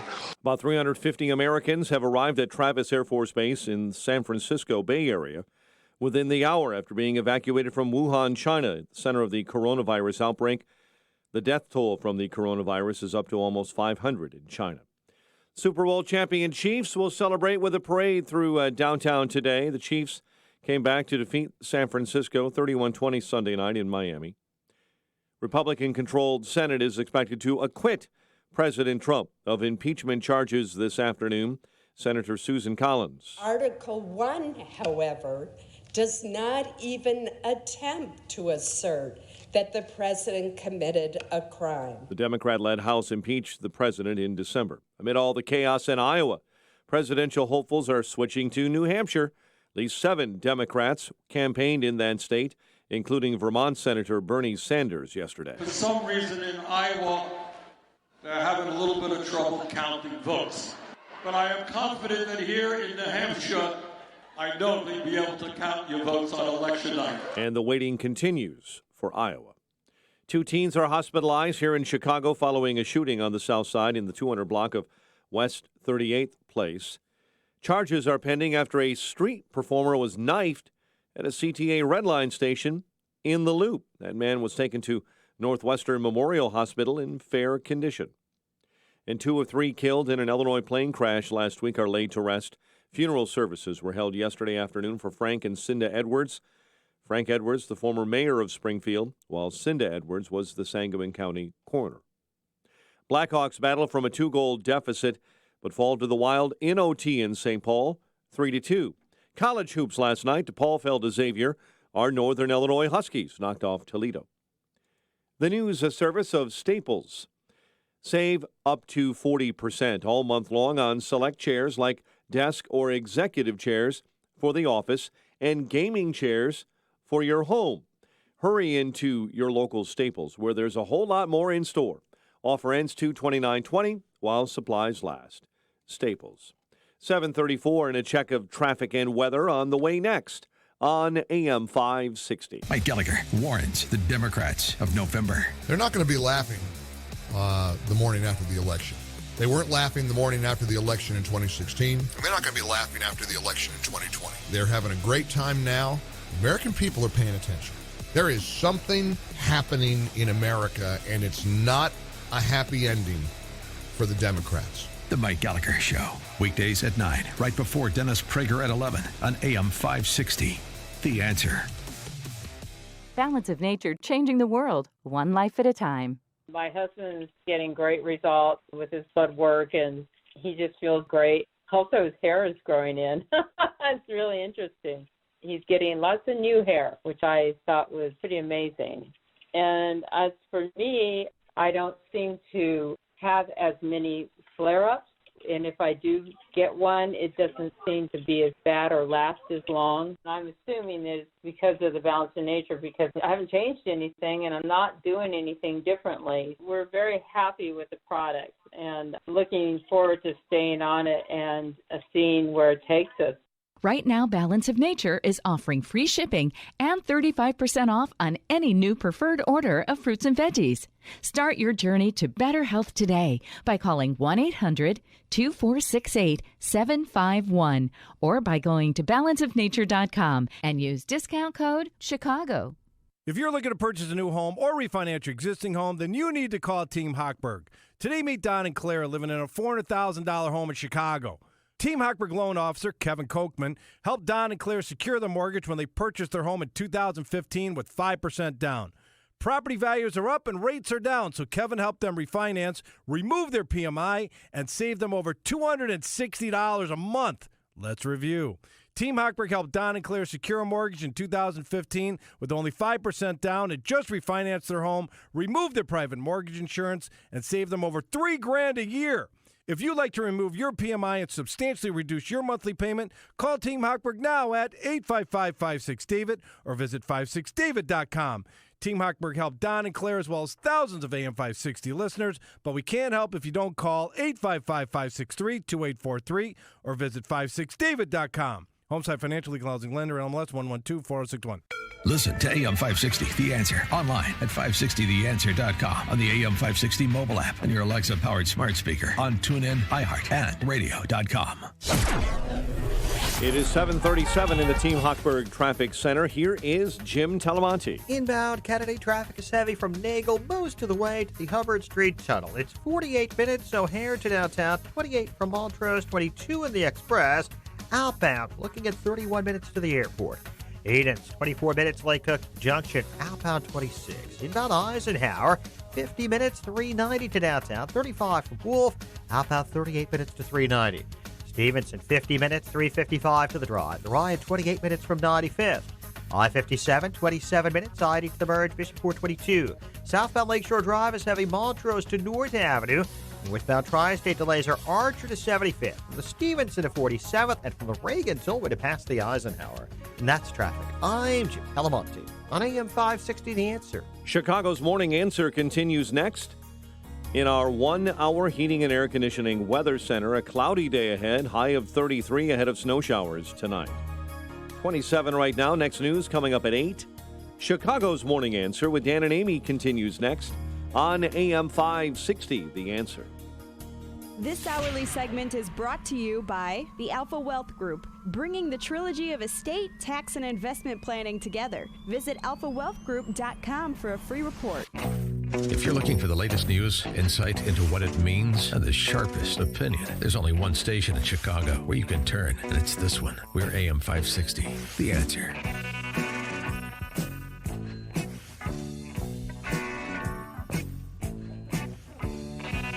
Top of the morning, Dan and Amy. President Trump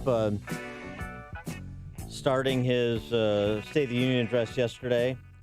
Jobs are booming, incomes are soaring, poverty is plummeting, crime is falling, confidence is surging, and our country is thriving.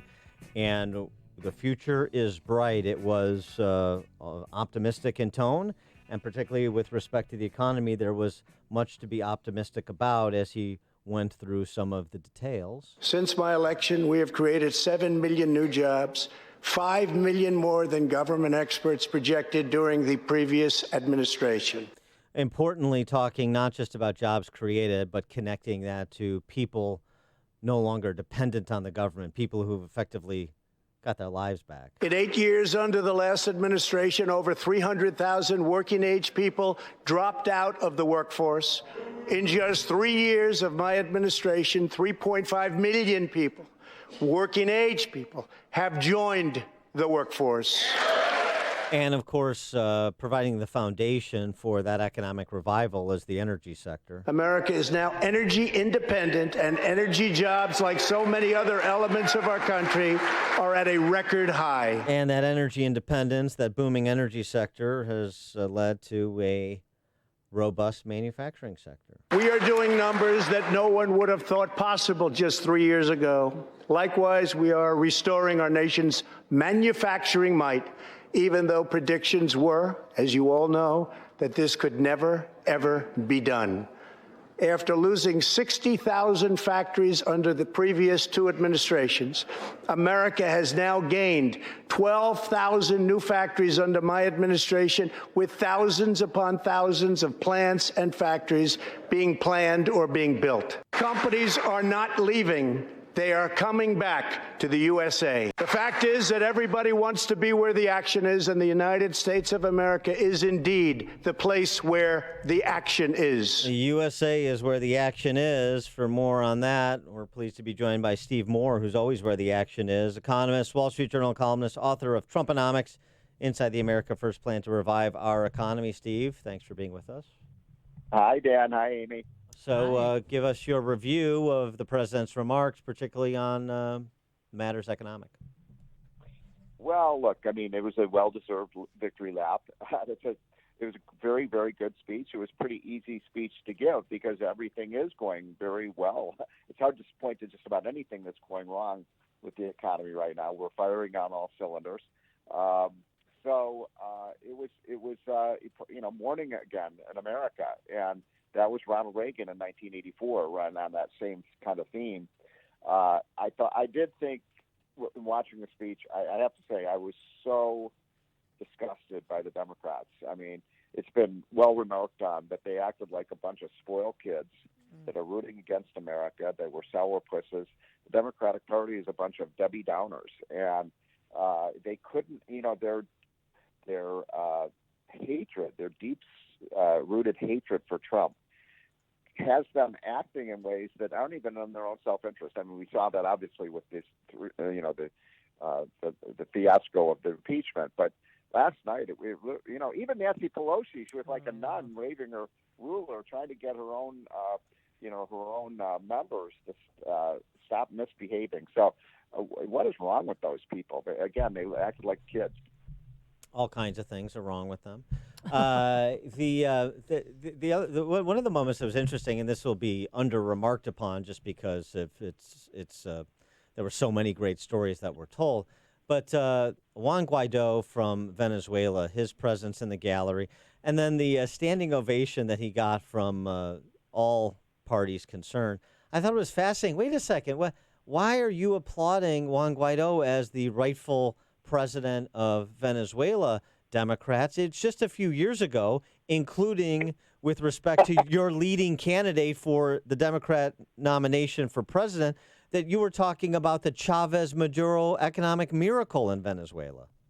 Yeah, that was very effective. I thought it was very effective of Trump to do that, because it really reminds people of the idiocy of socialism, and we don't want that socialism, we want the good socialism. I was like, where's that? Show me where the good socialism is. So I thought that was highly effective. I loved, one of the highlights of the speech for me, guys, was the when he talked about school choice, and he had that young black woman with her young daughter, and said, we're going to make sure that you can go to a good school that is not dangerous and that teaches your kids values that you want. And by the way, I love the fact he keeps calling them the government schools. He doesn't call them public schools. He calls them government schools. I love that. Yes. They're government-run schools. That's been the big problem with our public school system. And, this is the issue of I really believe this is the civil rights issue of our time.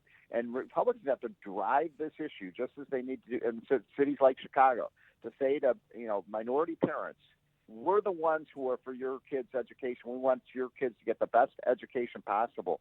It's the Democrats who care more about teachers' unions, and there's nowhere in the country where that's more true than in Chicago. Because, look, the teachers' unions run that town, right?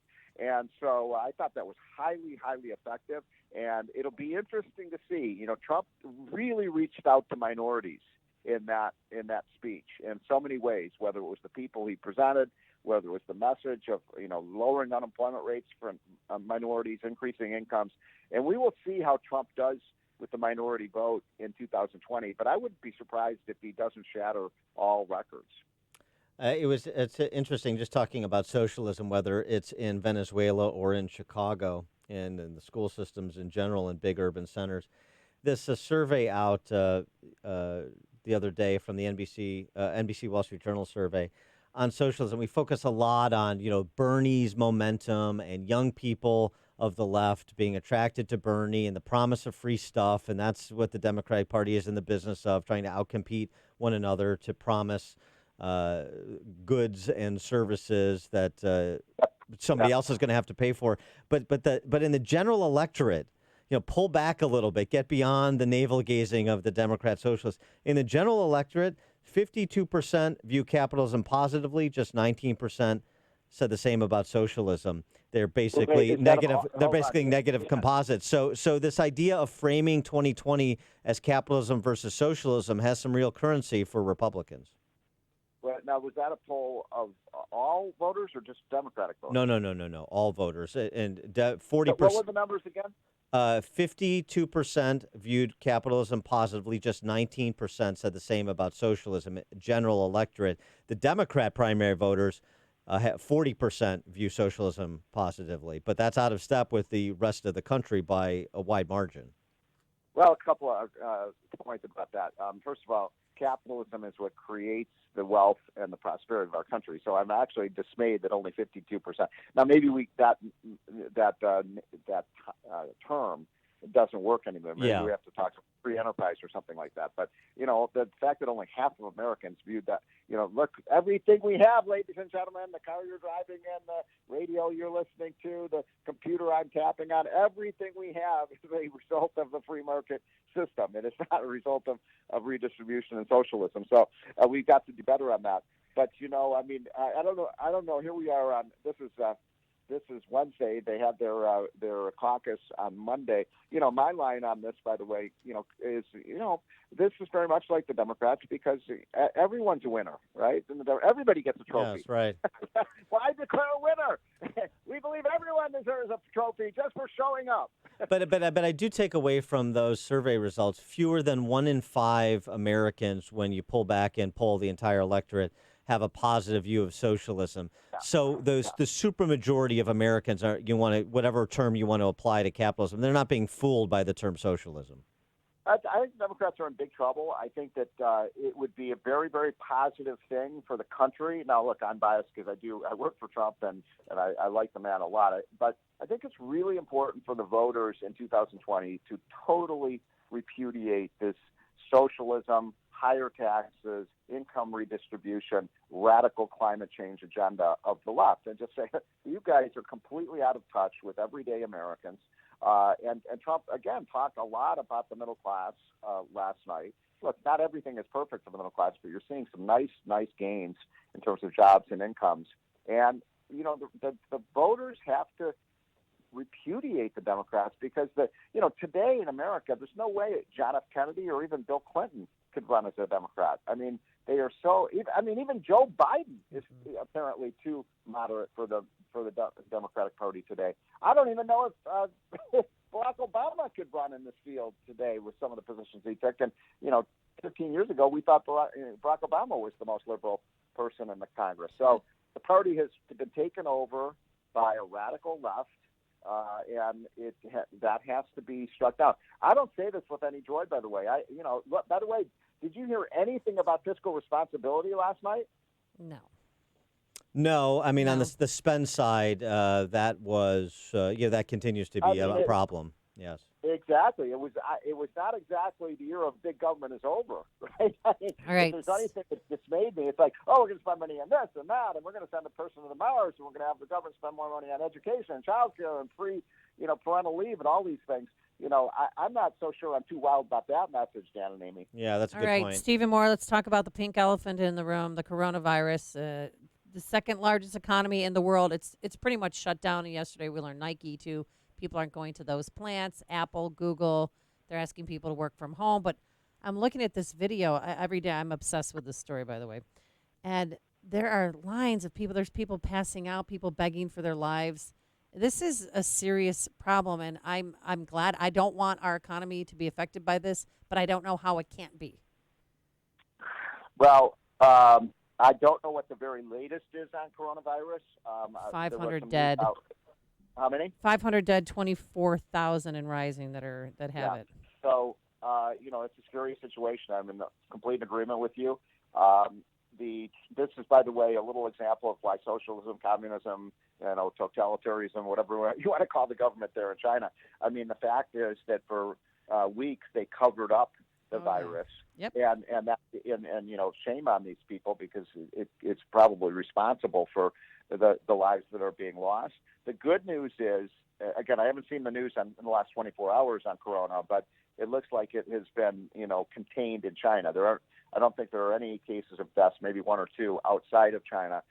And the other thing is, look, yesterday was an incredible day for the stock market. It soared, reversing a lot of losses from late last week. So it appears the market has some kind of perception that this is going to be contained, but I haven't followed the very latest. But if it is not contained, you raised a very good point, Amy. If this spreads to other countries, this will have a big, negative impact, obviously, on the lives of people, but it also will affect the economy in a big way. He is Steve Moore, noted economist, Wall Street Journal columnist, and author of Trumponomics, Inside the America First Plan to Revive Our Economy. Steve, thanks for joining us. And don't forget, guys, you ain't seen nothing yet. Okay. That's right. Thank you. And he joined us on our turnkey.pro answer line. Before you see it on TV, share it on Facebook, or read about it in the paper, hear it here first. This is Chicago's Morning Answer on AM 560. The Answer. A business needs to be built on a great foundation, one with the framework of integrity and tradition. Chapel Design Build delivers just that, providing design build and general contracting services using Butler Steel Building Systems. Their projects dot the landscape from O'Hare to DeKalb. You see their work in office and warehouse additions, recreational facilities, large-scale distribution centers, and manufacturing plants all over northern Illinois. Partnering with Butler Steel Buildings, Chapel Design Build has developed an extensive subcontractor base and valuable market knowledge to get your quality-built project completed on time and on budget, ensuring your project is a success for your business and one that you will be proud of for years to come. The goal is to build lasting relationships with their clients using buildings that last from Butler. Get started on your next building project built with Butler Steel. Visit chapeldb.com. That's Chapel D as in design, B as in build.com. Hey, we're just a month into 2020. It seems like everyone's getting sick from the common cold to the flu. And you know how you can stay healthy. Boost your immune system and do that by eating well. And that means getting enough fruits and veggies, which I know you aren't doing. So what I started doing again after taking a few weeks off is take Balance of Nature. I have more energy, I sleep better at night, and I haven't been sick for a few weeks, which is huge. And well, here's what you do. 6 capsules of Balance of Nature. You're getting 10 servings of 31 different fruits and veggies. And you hear stories all the time about how it's changed people's lives, and the next story could be yours. In fact, another lady came up to me yesterday, said she hasn't been sick in years because, well, she hasn't been sick at all since she started taking Balance of Nature. So make 2020 a year of better health for yourself. Free shipping right now and 35% off your first preferred order of Balance of Nature. Go to balanceofnature.com, discount code Chicago, or call 800-246-8751. That's 800-246-8751. This is attorney Stephen Leahy, host of the IRS Radio Hour, heard right here on AM 560 every Sunday evening at 5 o'clock. Let me tell you about Bill. Bill's business slowed down and he fell behind on his taxes. Instead of filing his tax return, he decided to wait until he could pay. Well, 1 year turned to 2, turned to 3. Then the IRS threatened to contact his customers, take his house, his bank account, and his passport. Well, Bill hired me. We filed all of his tax returns and an appeal to slow the IRS down. Then we worked out an installment agreement based on how much he could pay, not on how much he owed. Now Bill can rely on the IRS protection plan. We will file his future tax returns and keep the IRS off his back so Bill can focus on growing his business. If you have questions about the IRS, you can get a copy of my book, Deal with Your IRS Problem Today, to learn the secrets of solving your IRS problem and save your business, your marriage, and your reputation. Call 312-664-6649 or go to freeirsbook.com. Do your employees complain about your 401k program? Has it been more than 6 months since your 401k advisor provided a plan review? Well, the 401k experts at Clear Financial Strategies offer ways to make your plan better. Internal company surveys show significant increases in employee 401k satisfaction after the fiduciary advisors at Clear Financial Strategies enter the scene. Clear Financial Strategies uses a process to help streamline enrollment, education, investment selection, and more that will free up time for human resources and restore employee confidence in their 401k plan. Additionally, because Clear Financial Strategies does not accept commissions or other conflicts of interest, your employees tend to see better account results due to lower costs and greater efficiencies. Go to clearfinancialstrategies.com to learn more about the firm. Then call Alan Broughton direct at 815-788-6092 to schedule a free, no-obligation appointment. Again, that's 815-788-6092. clearfinancialstrategies.com. Spark ideas for spring home improvement at the Old House New House Home Show, February 7th through 9th at Pheasant Run in St. Charles. Explore the latest in kitchens, baths, basements, additions, and landscaping. Discover displays from hundreds of award-winning contractors, designers, and craftsmen. Connect with experts on solar energy, painting, patios, pergolas, roofing, waterproofing, windows, doors, flooring, and more. Meet special guest Mina Starziak-Hawk of the hit HGTV show Good Bones and the Pond Guy, Greg Whitstock of Aquascape. Join Lou Manfredini for a live broadcast of his House Smarts radio program and discover design workshops on remodeling for resale, planning for pollinators, and kitchen and bath design trends. Update, decorate, and renovate home surroundings with the Old House New House Home Show. Adult admission is $7. Senior admission for ages 62 and over is $4. Children under 18 attend free and parking is free. A portion of the ticket proceeds benefits Habitat for Humanity of Northern Fox Valley. That's the Old House New House Home Show, February 7th through 9th at Pheasant Run in St. Charles. For event information, printable admission coupon, and advance tickets, visit KennedyProductions.com.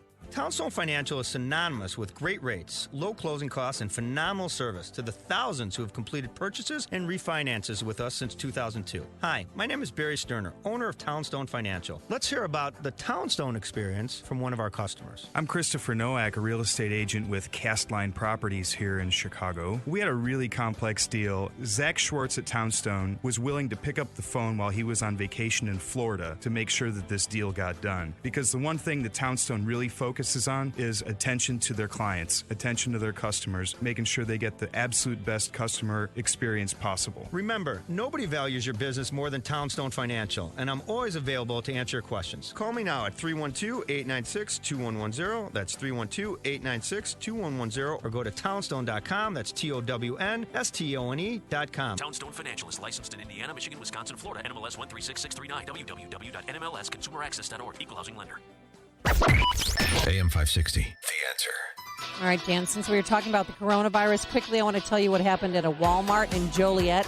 A man wearing a yellow face mask had a sign on his back also, "Caution, I have the coronavirus." And he and his buddy walked in, and his buddy was videotaping him as he sprayed what we now know as Lysol on produce, clothing, health, and beauty items. This customer tried to go after him. He was just telling everybody the same thing, that he was protecting them from his virus. Yeah, it was a prank, and it wasn't funny. Not really good to be pranking society that way. Some people will be afraid. Yes. Yeah, and some people ran, others, they called the police. Right, you would have been one running and calling the police. I would. $7,300 worth of damage, and cleanup is $2,400. Here's an indication of a hoax. Still on the I list. have coronavirus. Wearing a sign that says I have a coronavirus. That may be your first indication that somebody's pranking you and punking you.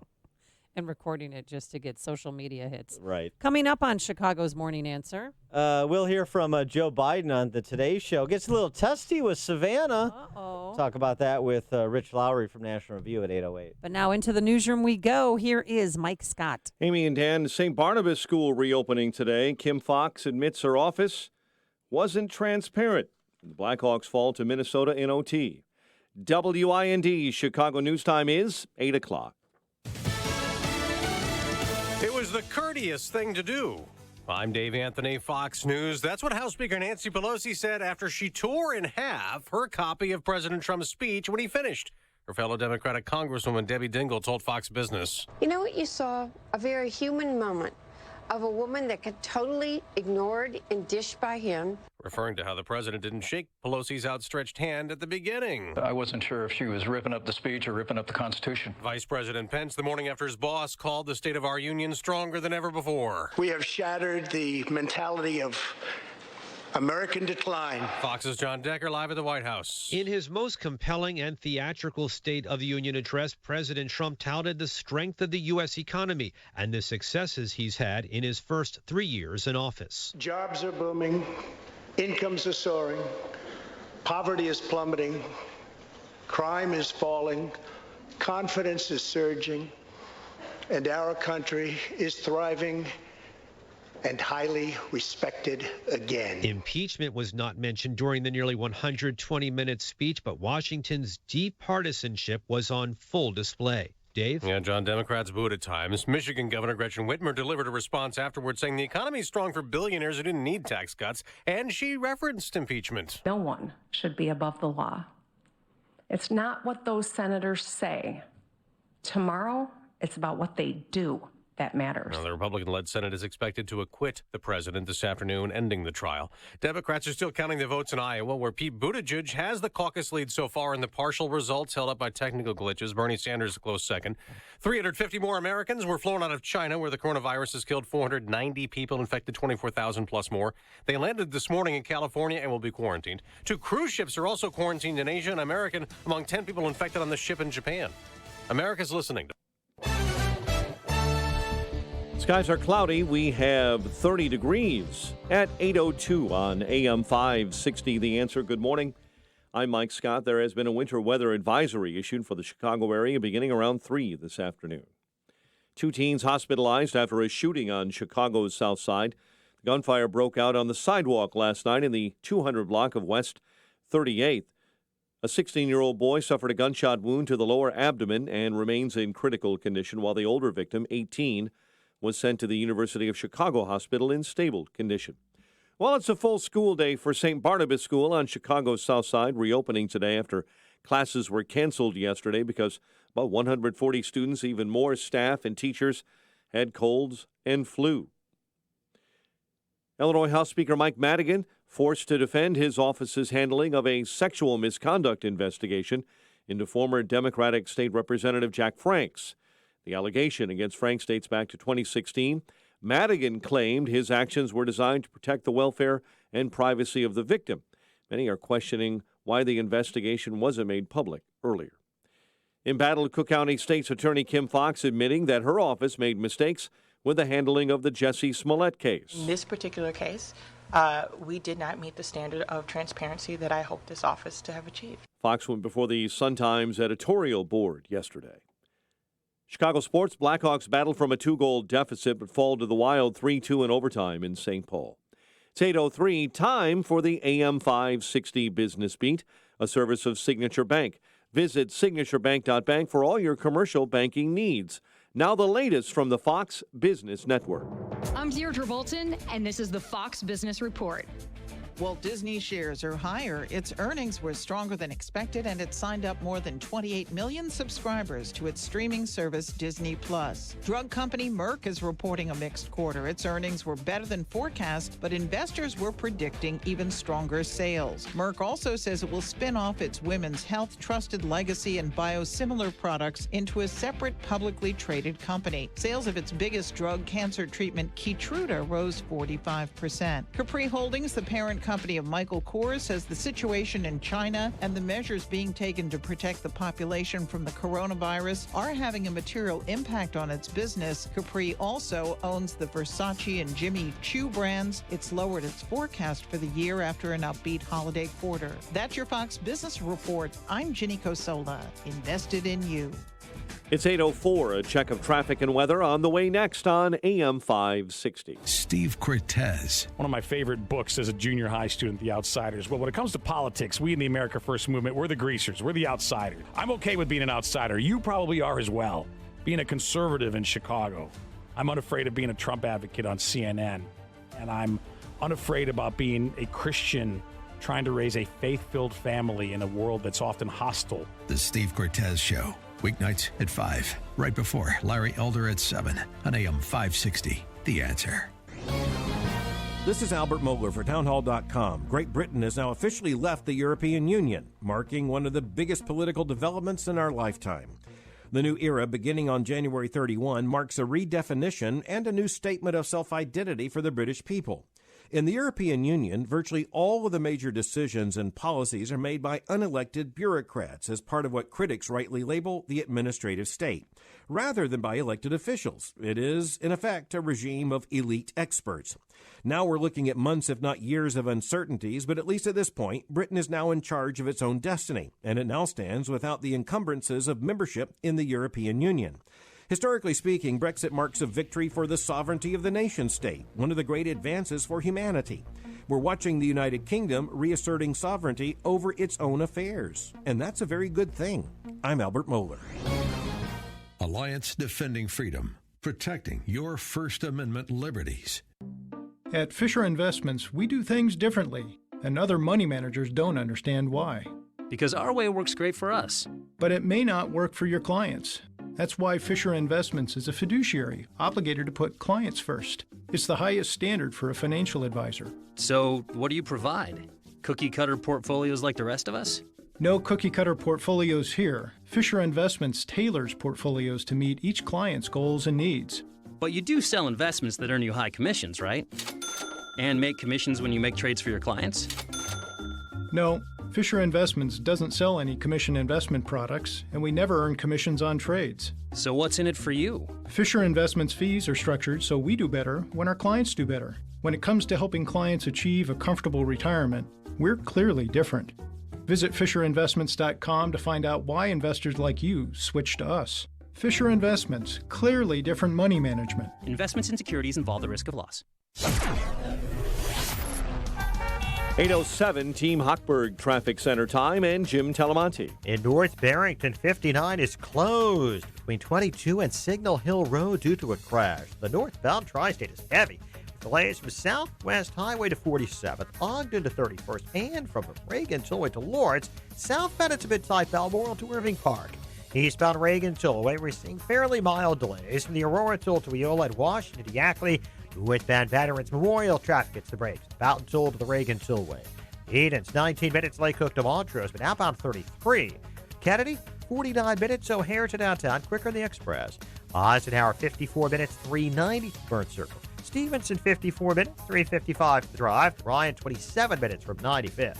That's traffic. I am Jim Telemonte on AM 560, The Answer. Chicago's Morning Answer continues next. Your official Chicagoland weather forecast from the 1 Hour Heating and Air Conditioning Weather Center and our meteorologist, Steve Williams. Mostly cloudy today, the high 33. Some snow tonight, 1 to 3 inches, low 27. Snow at times tomorrow, another 1 to 3 possible, high 31. Flurries Friday morning, otherwise a cloudy day, the high at 35. I'm Steve Williams on AM 560, The Answer. 30 at O'Hare. Next news at 8:30. Chicago's Morning Answer with Dan and Amy continues next on AM 560, The Answer. Listen to AM 560, The Answer, online at 560theanswer.com, on the AM 560 mobile app, and your Alexa-powered smart speaker, on TuneIn, iHeart, and radio.com. This is Chicago's Morning Answer with Dan Proft and Amy Jacobson on AM 560, The Answer.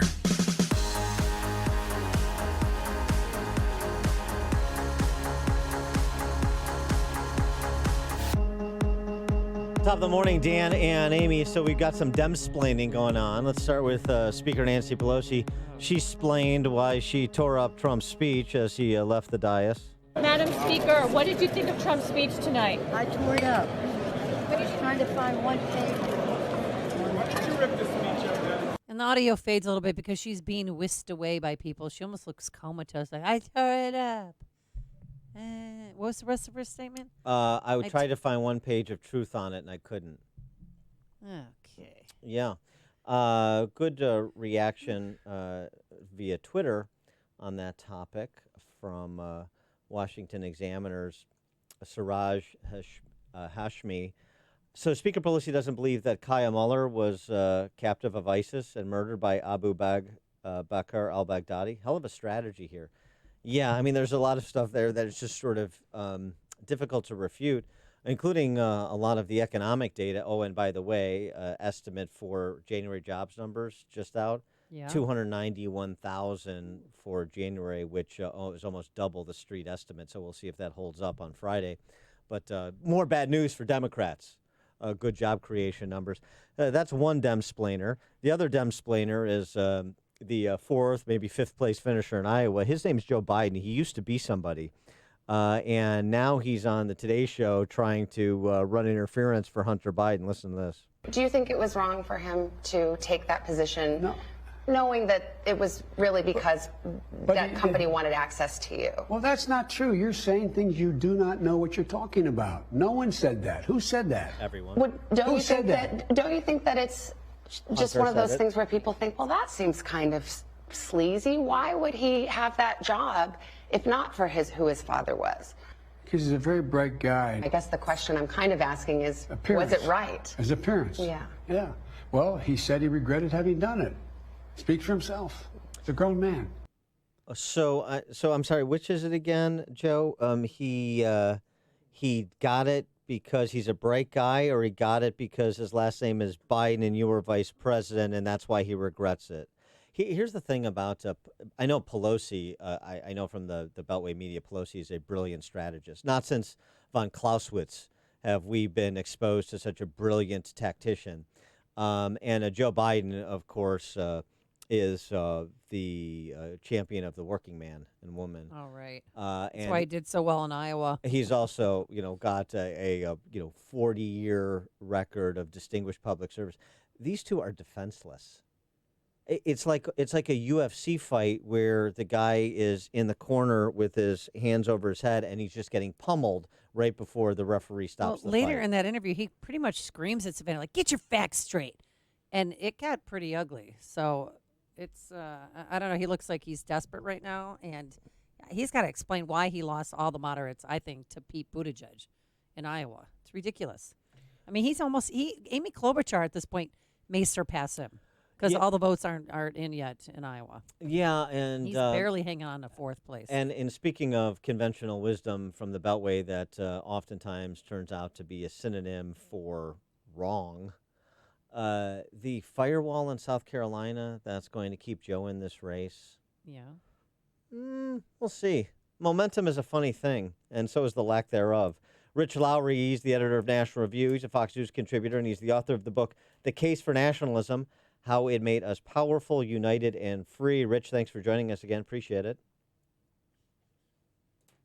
Do we have Rich? Mr. Lowry, are you there? I'm here. Oh, there we go. Yeah, we got to cue you up. So this two-way communication thing mystifies us. So Rich, what about? Let's start with Nancy Pelosi, since she's the woman of the hour, and she just couldn't find any truth in Trump's State of the Union address. That's why she threw a tantrum. Yeah, well, the whole thing about Nancy Pelosi, she's supposedly this calm, cool, calculating presence whose genius is getting under Trump's skin, and she showed her deep irritation last night. That was an incredibly petty gesture. Now, I think Trump should have shook her hand at the beginning. I like grace notes. But to stand there ripping up the speech, she should have known this moment was going to come when she started to impeach Trump in the first place, that eventually he'd be acquitted or be near acquittal, and he'd be in this majestic setting, and she'd have to sit back there like a prop and behave herself, and she couldn't handle it. But it's almost as if they were rooting against America. I mean, when they talked about low unemployment numbers for African Americans and minorities, why not stand up and clap for that? Because they can't abide anything this president says, even when it's things that normally everyone would welcome. And that's one thing I think is really notable about the speech. The ratio of outrage it caused among the opposition, on Twitter, on cable TV, and in the hall, and the way most people would receive it, I think is vast. Because I'm sitting there as a conservative, wants to limit government, advance the ball on those sort of things. And there's almost nothing for me. I mean, it's a very centrist speech, right? Planting trees, going to Mars, research to support extremely premature babies. And that was a really moving moment among many from the gallery. And so most people, that's not going to strike them as unreasonable. It's going to strike them as entirely reasonable or welcome. So they're going to be, why did the Speaker of the House stand up and rip up this speech? Yeah, it's a funny thing. When Trump goes conventional, it's unconventional, and so he gets the same rise out of them that he gets when he is, more boorish in his communication style, more pugilistic in his communication style. Not that he wasn't aggressive last night, but he was aggressive on the merits, not in an ad hominem way. It gets the same reaction. Yeah, well, there's certain that happens. They keep them in jail until they need to be released, and then they won't hand them over to the federal authorities. So Trump's totally wrong. But obviously nothing he said is wrong. They just don't want him to talk about that. And look, I don't think Trump, he shouldn't directly mention Obama. That's sort of a norm. All presidents and State of the Unions, you don't do that. So that sort of stuff's not great. But they are driven crazy by him, and they may have been driven crazy into, we'll see, how it shakes out a little further, into a real severe political mistake in this impeachment. If you just go by the Gallup poll, and you can't take one poll, you got to average them out. But it's not just that Trump's approval rating is up to 49, the highest of his presidency. The approval rating of the Democrats has dipped notably, and the fortunes of the Republican Party has gone up. So I've always thought the best way for Democrats to combat Trump is treat him like a normal Republican. Say he's going to take you away health care, he cut taxes for the rich, and this is terrible, and not what he'd campaigned on, or something like that. But instead, they treat him as this incipient, fascist, and go crazy and hysterical because of it. There's we had one listener describe Trump this way after the State of the Union address and Nancy Pelosi's little snit, and I thought this was pretty good. He's like human sodium pentothal. He brings out in people who they truly are in sort of a remarkable way. They can't even help themselves. And as you're describing Nancy Pelosi, this cool, calm, collected, dispassionate, field general. And but then she throws a temper tantrum, and then she doubles down on explaining the temper tantrum in a way that portrays her as venal and petty and about her, where you just had the president give a speech about you and this country and its future. And that's not a pretty good that's not a very good contrast for the Democrats. Yeah, and just when people try to think they were reacting to Trump in a Trumpian way, and that will really teach them and that will really bring them down, it never works. We saw this in the primary. It didn't work with Marco Rubio. It doesn't work standing up there and ripping up a speech. So it wasn't a great night for her, and not a great night. I acknowledge Trump should have shook her hand. Trump shouldn't mention Obama, but chanting from the floor. That 10 years ago, the whole country was convulsed in outrage, at least the media, that one Republican congressman shouted, "You lie." Now, I guess floor demonstrations are going to become the norm. And their floor demonstration with HR 3, is that what the ladies in white were chanting? Yeah. Sure. And then it's just you have to look in my program for what HR 3 is, but okay, yeah. Yeah, my favorite moment was when we focused on the ladies in white when Trump said we're going to plant 1 trillion more trees. I know. And you could see, can we just show a little pleasure at this or not? And a couple of them, clapped really half-heartedly. I thought Senator Sinema was also fascinating all night because she's a relative moderate, so she actually kind of clapped at stuff, but she was the only one. Yeah, no, there was times when she stood up and she was the only one standing up. So I think she's going to vote to acquit today. But you could tell every single decision whether to clap or to stand was she had to think about it because everyone it was a fraught political choice each time. Well, it seems like you may have cults running into cults here. You have the would-be suffragettes and the Bernie Sanders backbenchers, and then you have sort of everybody else that is scared to death of the prospect of a nominee named Bernie. And despite the fact that the Iowa caucus fiasco blunts the importance of that caucus and its results, Bernie still is perhaps even more so the front runner going into New Hampshire than he was prior to Iowa. I don't know. I think it's a little tricky because maybe I'm a captive of my own expectations, but I thought Bernie could win this handily in Iowa. I thought he could win sort of going away 5-7 points. And it's not clear he really turned out anyone beyond people who are already Bernie voters. But look, he's going to looks like he's going to win both the popular vote measures. Who knows? He might inch ahead of Pete on the delegates as well. And he's been strong in New Hampshire throughout. So he's clearly the front runner in New Hampshire. I thought he could take on a little bit of the aspect of a runaway train. So I think that scenario is a little less likely. But I mean, the big story is Biden, and right. You guys are talking about it. He could still finish 5th, right? When he flamed out in 2008, he finished 5th in Iowa, and this he's supposedly the front runner here, and he still could finish 5th or just barely above 5th in Iowa. So he has a puncher's chance, in Nevada and South Carolina to revive. I doubt he's doing it in New Hampshire. But if he doesn't, he could be out of this race by the end of the month. But which is stunning. But in one respect, and not stunning in another. I mean, you've watched this. We've all watched this guy for months and months now, and he just doesn't have the chops for this gig at this time, if he ever did. And I would argue he never did. I just watched the Clarence Thomas documentary, Created Equal, and going back 30 years to that Senate Judiciary Committee hearing that he chaired, that confirmation hearing. And the interchanges between him and Thomas. I mean, he didn't have the chops 30 years ago. It hasn't gotten better in the intervening 3 decades. But with respect to Bernie, the only thing I would push back on is to say this. over the last 3 weeks, as Bernie was gathering steam, you had Obama world and Clinton world flax come out. You've got people, you're moving the whole thing to DEFCON 5. And, and that probably has some impact, particularly as people peel off of Joe Biden and decide where they want to go. Maybe Bernie is too dangerous. Maybe James Carville and David Axelrod and Rahm are right and so on and so forth, but I can't stomach Biden.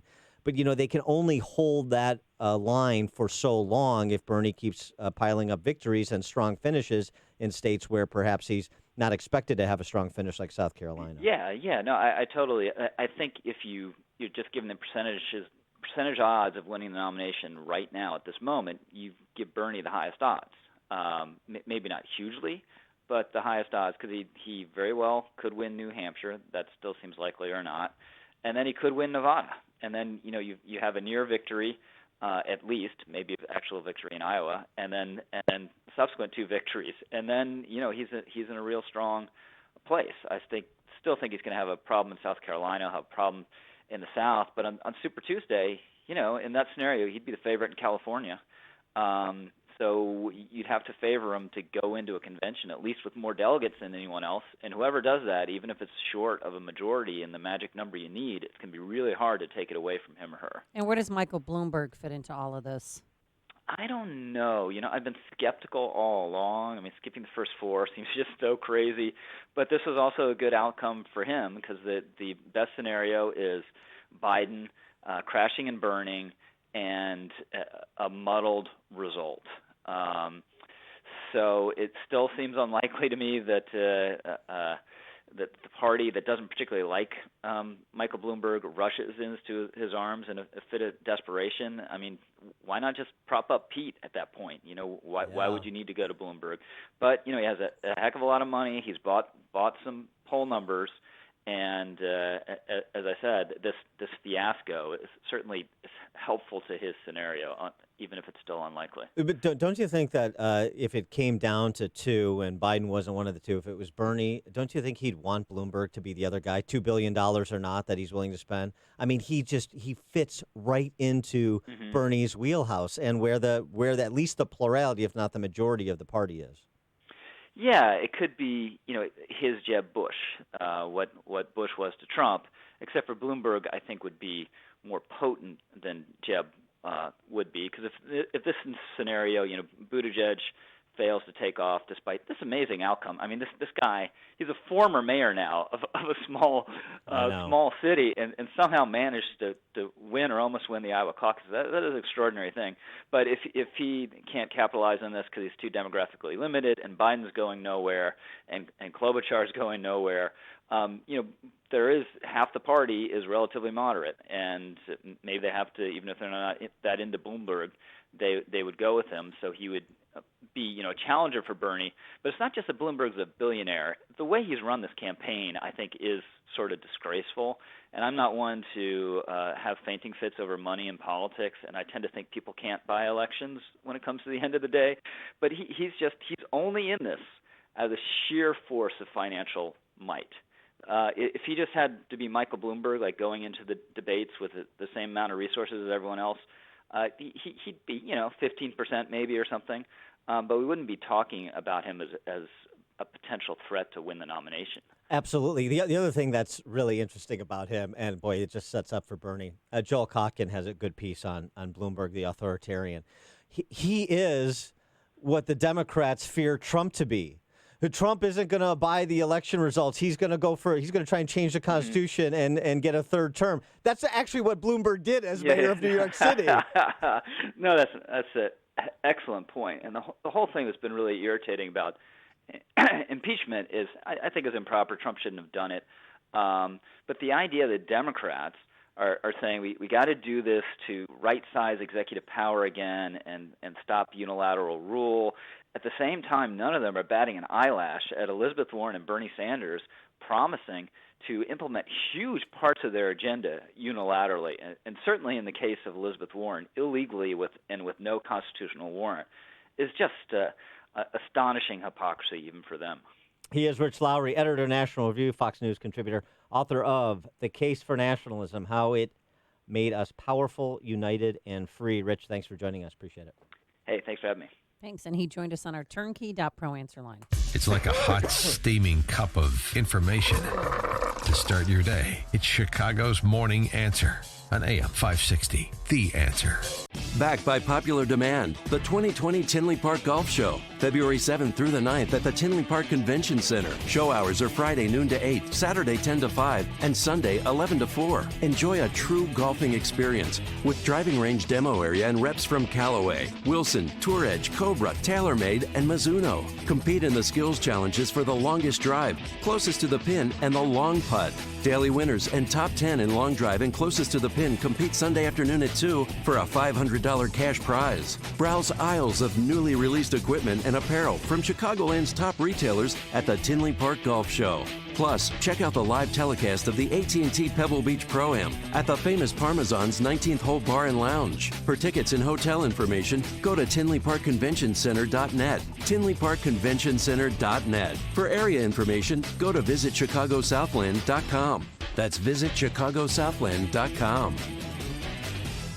America has a retirement crisis. 10,000 people turn 65 every day with alarmingly little savings. Company pensions are a thing of the past, and 401k plans are riddled with fees and expenses. We're living longer, so our retirement savings need to last longer. And these record low interest rates are virtually punishing savers, forcing many people to take on far too much risk in the stock market. So what can you do to help ensure you don't become another statistic of this crisis? The answers are in a free educational workshop with Tom Fortino, featured expert on Fox Business, Forbes, and the host of the Alpha Wealth Hour heard on AM 560. Learn about the 5 major threats to your retirement, creating lifetime income, and the Social Security decision, plus tax-free strategies to help make the IRS a smaller partner in your retirement and how to pass along more wealth to the people you love. Seats are available in multiple locations throughout Chicagoland. Visit alphawealthgroup.com and click on the Classes tab to reserve your free seats now.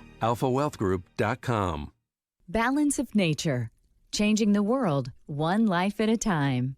The number one reason I started taking Balance of Nature was the quality and I think the proven science behind it piqued my interest. I've tried so many different types of supplements, whether they're dietary supplements or just general vitamins. This is the only dietary supplement that I've ever taken where I actually felt a noticeable change. To me, that speaks volumes, you know. Don't wait to see what getting over 10 servings of whole fruits and vegetables every day can do for you. Right now, Balance of Nature is offering free shipping and 35% off on any new preferred order of fruits and veggies. Start your journey to better health today by calling 1-800-2468-751 or by going to balanceofnature.com and make sure to receive this special radio offer by using discount code CHICAGO. Good morning, America. Or is it? If you're one of the millions of Americans who did not sleep well last night, it's probably a pretty average morning. But listen up, you sleep-deprived people. There's good news. A breakthrough sleep solution called Pronto Sleep. And when we say pronto, we mean pronto. Pronto Sleep gently opens your nose to focus breathing and help you relax and fall asleep. And the built-in scent diffuser delivers a blend of 4 pure essential oils to help you stay asleep naturally. And then Pronto replenishes the oils ready for the next night. Too easy, eh? And in trials, 84% of people with trouble sleeping found Pronto helped them fall asleep, and 74% found it helped them stay asleep. So make every morning a Good Morning America. With Pronto Sleep, available now at select Walgreens, Amazon, or at prontosleep.com. Pronto Sleep from Rhinomed, bringing you advanced nasal therapies. AM 560, The Answer. Dan and Amy got a text from a friend of mine. We're being too hard on Nancy Pelosi. Why? She ripped up those pages, the speech, just to assist with recycling. Oh. She's a recycling nut like you. Just me. Yeah, that's all. That's all. Coming up on Chicago's Morning Answer. We're going to talk to Jaron Smith. He is the Deputy Assistant to the President, Deputy Director of the Office of American Innovation. That's at 8:38. But now let's head straight into the newsroom. Here is Mike Scott. Amy and Dan, good morning. We have a winter weather advisory up for around 3 this afternoon in the Chicago area and northwest Indiana. Job creation saw its best monthly gain in January since May of 2015. According to ADP private payroll jobs reports, 291,000 private sector jobs were created last month. The December report was revised to show a decrease of 3,000 jobs, and economists expected to see job creation fall even further. President Trump says the American union is stronger than ever, thriving and highly respected. We are advancing with unbridled optimism and lifting our citizens of every race, color, religion, and creed very, very high. With the State of the Union response, Michigan Democrat Governor Gretchen Whitmer. Michiganders are no different from Americans everywhere. We love our families and want a good life today and a better life tomorrow for our kids. We work hard, and we expect our government to work hard for us as well. Some Democrats are expected to join with the Republican-controlled Senate, expected to formally acquit President Trump in the House impeachment gambit. The president was impeached by House Democrats in December. Former South Bend, Indiana Mayor Pete Buttigieg responding to the delay in results from the Iowa caucuses. Speaking in New Hampshire, Buttigieg says he is thrilled with the results, putting him in the lead so far. And as we enter this new phase, this week ahead, to convince New Hampshire to support this vision and then go on, I have never been more confident in our campaign, in our team, and in the vision that brought us to this point. The partial release of Democrat presidential caucus results has been significantly delayed due to major problems with an app. 2 teens are hospitalized following a shooting on Chicago's South Side. It happened overnight in the 200 block of West 38th Place. Former state rep Luis Arroyo pleading not guilty to a bribery charge. The Chicago Democrat entered that plea in federal court yesterday. Blackhawks battle back from a 2-goal deficit but fall to the Wild 3-2 in overtime. College hoops, DePaul fell to Xavier, and our Northern Illinois Huskies knocked off Toledo. The news service of Staples, with all the supplies for tax season this year, from tax forms to organizational supplies. And now you can save up to $15 on TurboTax software at Staples, where there's a whole lot more in store. Offer ends 2/8/20 while supplies last. 8:34, a check of traffic and weather on the way next on AM 560. Mike Gallagher warns the Democrats of November. They're not going to be laughing the morning after the election. They weren't laughing the morning after the election in 2016. And they're not going to be laughing after the election in 2020. They're having a great time now. American people are paying attention.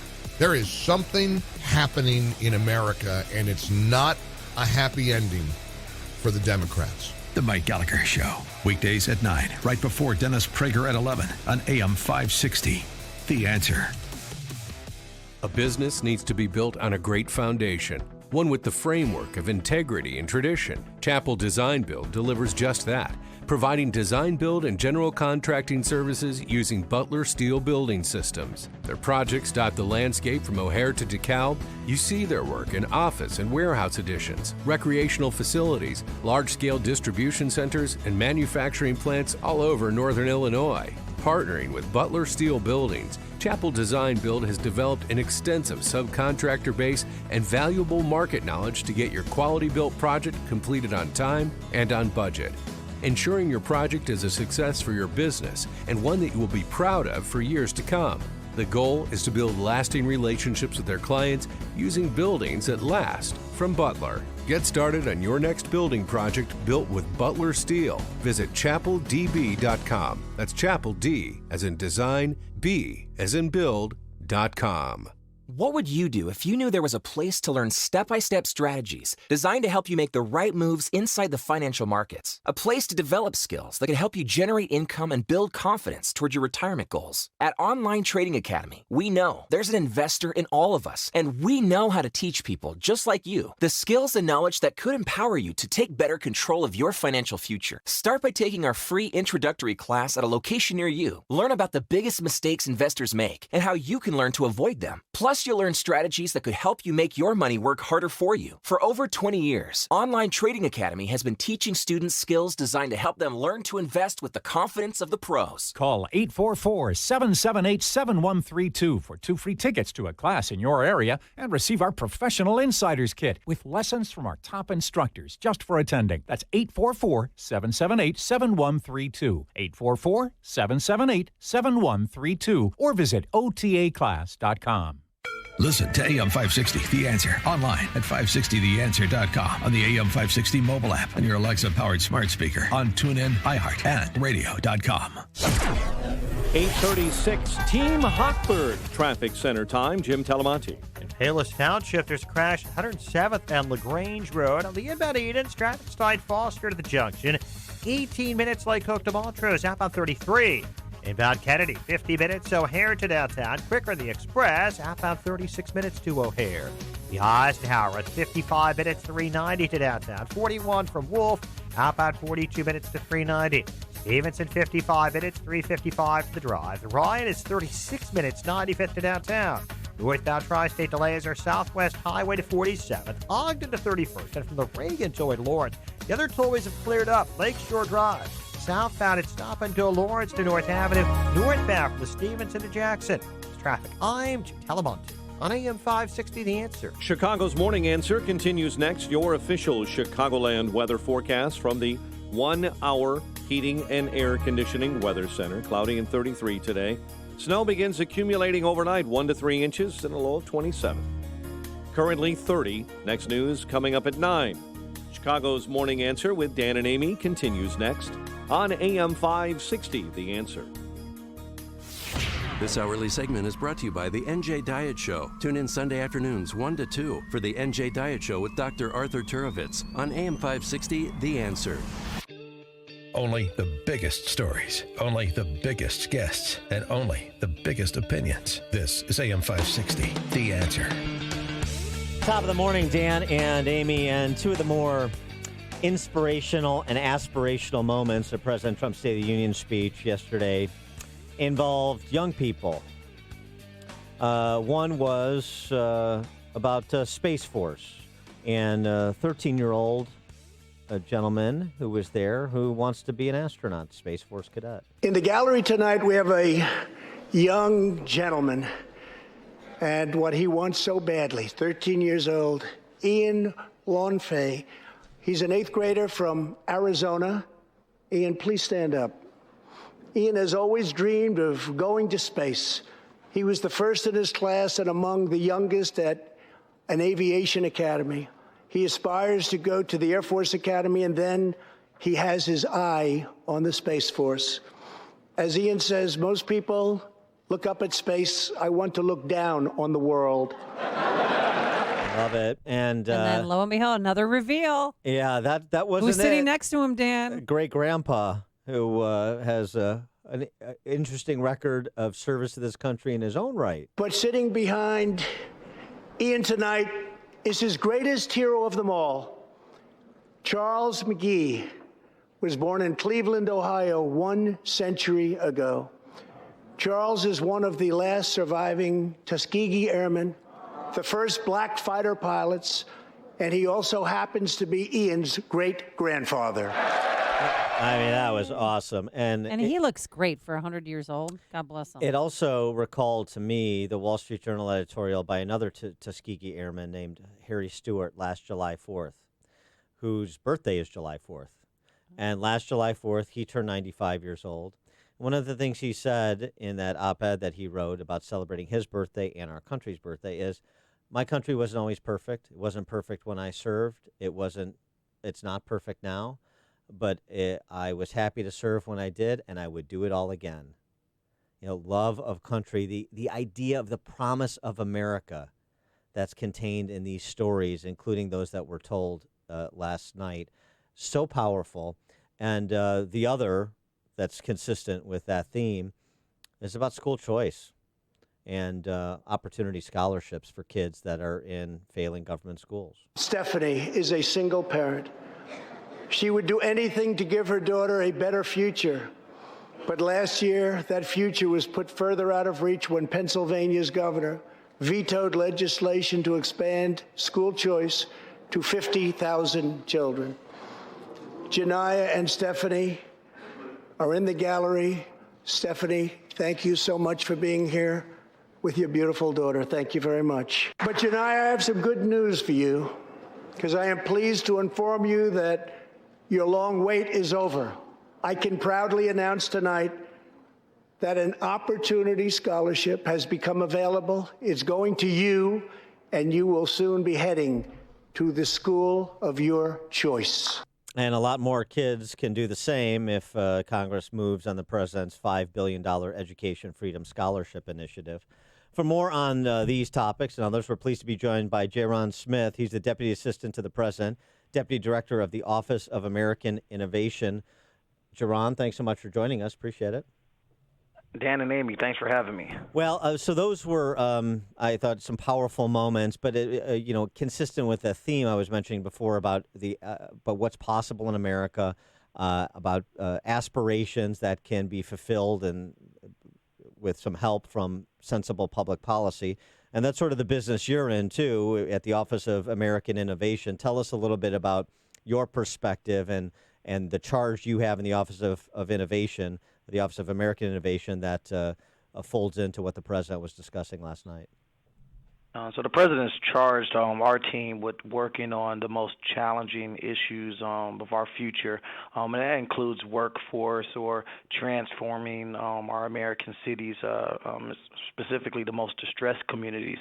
And so through the president's leadership, we were able to pass in the Tax Cut and Jobs Act opportunity zones, which allows for tax-deferred divestments to be moved into the most distressed communities, 8,700 census tracts throughout the country.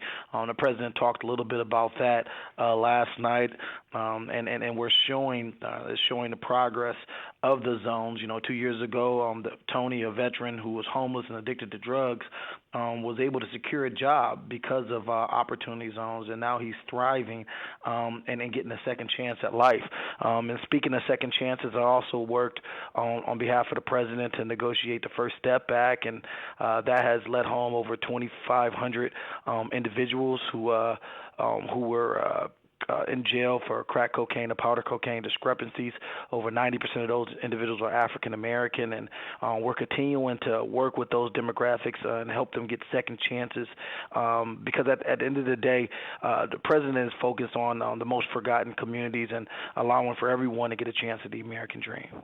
What part of President Trump's speech last night still resonates with you today? Well, I was really happy to hear about the stories, and I was really resonated about Colonel Charles McKee.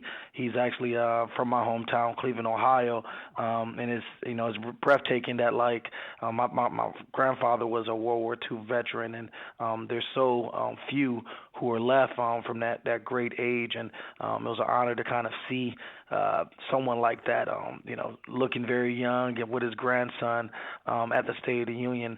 But I mean, the president did a lot of different things during the speech that I like to celebrate. But holistically, just telling the story about the great American comeback. People never thought that our country would flourish the way it's flourishing now, and that gives hope to so many different people. I've visited some prisons around the country, and they said, prisoners there have said, because of the president, we got hope in a whole new way. And same thing with some inner cities and low-income areas. We're showing up and doing the work of the people. And holistically, the speech spoke to restoring American strength and how we can all be successful. And that's not a one-off either. I mean, the president did it as a candidate in 2016. You're basically asking minority voters, hey, in inner cities where things are not going well, it's not safe, you don't have good schools for your kids, there's not a lot of job opportunities. What have you got to lose? Give me a chance. And now he's proven up in substantial form over the last 3 years. And he's continuing, though, on the theme. He's not saying, okay, wiping his hands and saying, okay, well, that's done now. And it wasn't just the speech last night, but importantly, the choice he made with the Super Bowl commercial featuring Alice Johnson. That's exactly right. And he also posed a new question that many didn't cover when he was at a HBCU in South Carolina. He talked about what African American community has to gain. You know, unlike many politicians, he's not a president that makes promises and don't keep them. He has a historic record of keeping his promises, and I think if the African American community or any community put their faith in this president, they'll see results like they've never seen before. Do you think that a real challenge for you and the work that you're doing, as you're describing, is getting people to pull away from those that want to look at America's history and obsess about our original sin of slavery, obsess about Jim Crow, rather than looking forward at the opportunities that are present for people today? You know what? When we talk about the forgotten communities, these are communities that Republican or Democrat individuals haven't connected and actually moved the needle forward. And so many times showing up and listening and then presenting ideas or ladders of opportunity that weren't there before are very much welcomed. And so I haven't received that much outside of being here in Washington. I think all over the country, most people want what every human being want, and that's a chance at the American dream, a chance to provide for their family. And the president's focused on the American worker and their families, and his policies have been promoting opportunity for them. When you talk about things like 400 different companies and over 15 million workforce opportunities, that's just amazing. And that's putting the people first, and not just rhetoric, but actually creating that connectivity for opportunity, because we need that in order to be competitive in the 21st century. He is Ja'Ron Smith. He's the Deputy Assistant to the President and Deputy Director of the Office of American Innovation. Ja'Ron, thanks so much for joining us. Appreciate it. Thanks for having me. Take care. Yeah, thanks. And he joined us on our turnkey.pro answer line. You're listening to Chicago's Morning Answer with Dan Proft and Amy Jacobson on AM 560.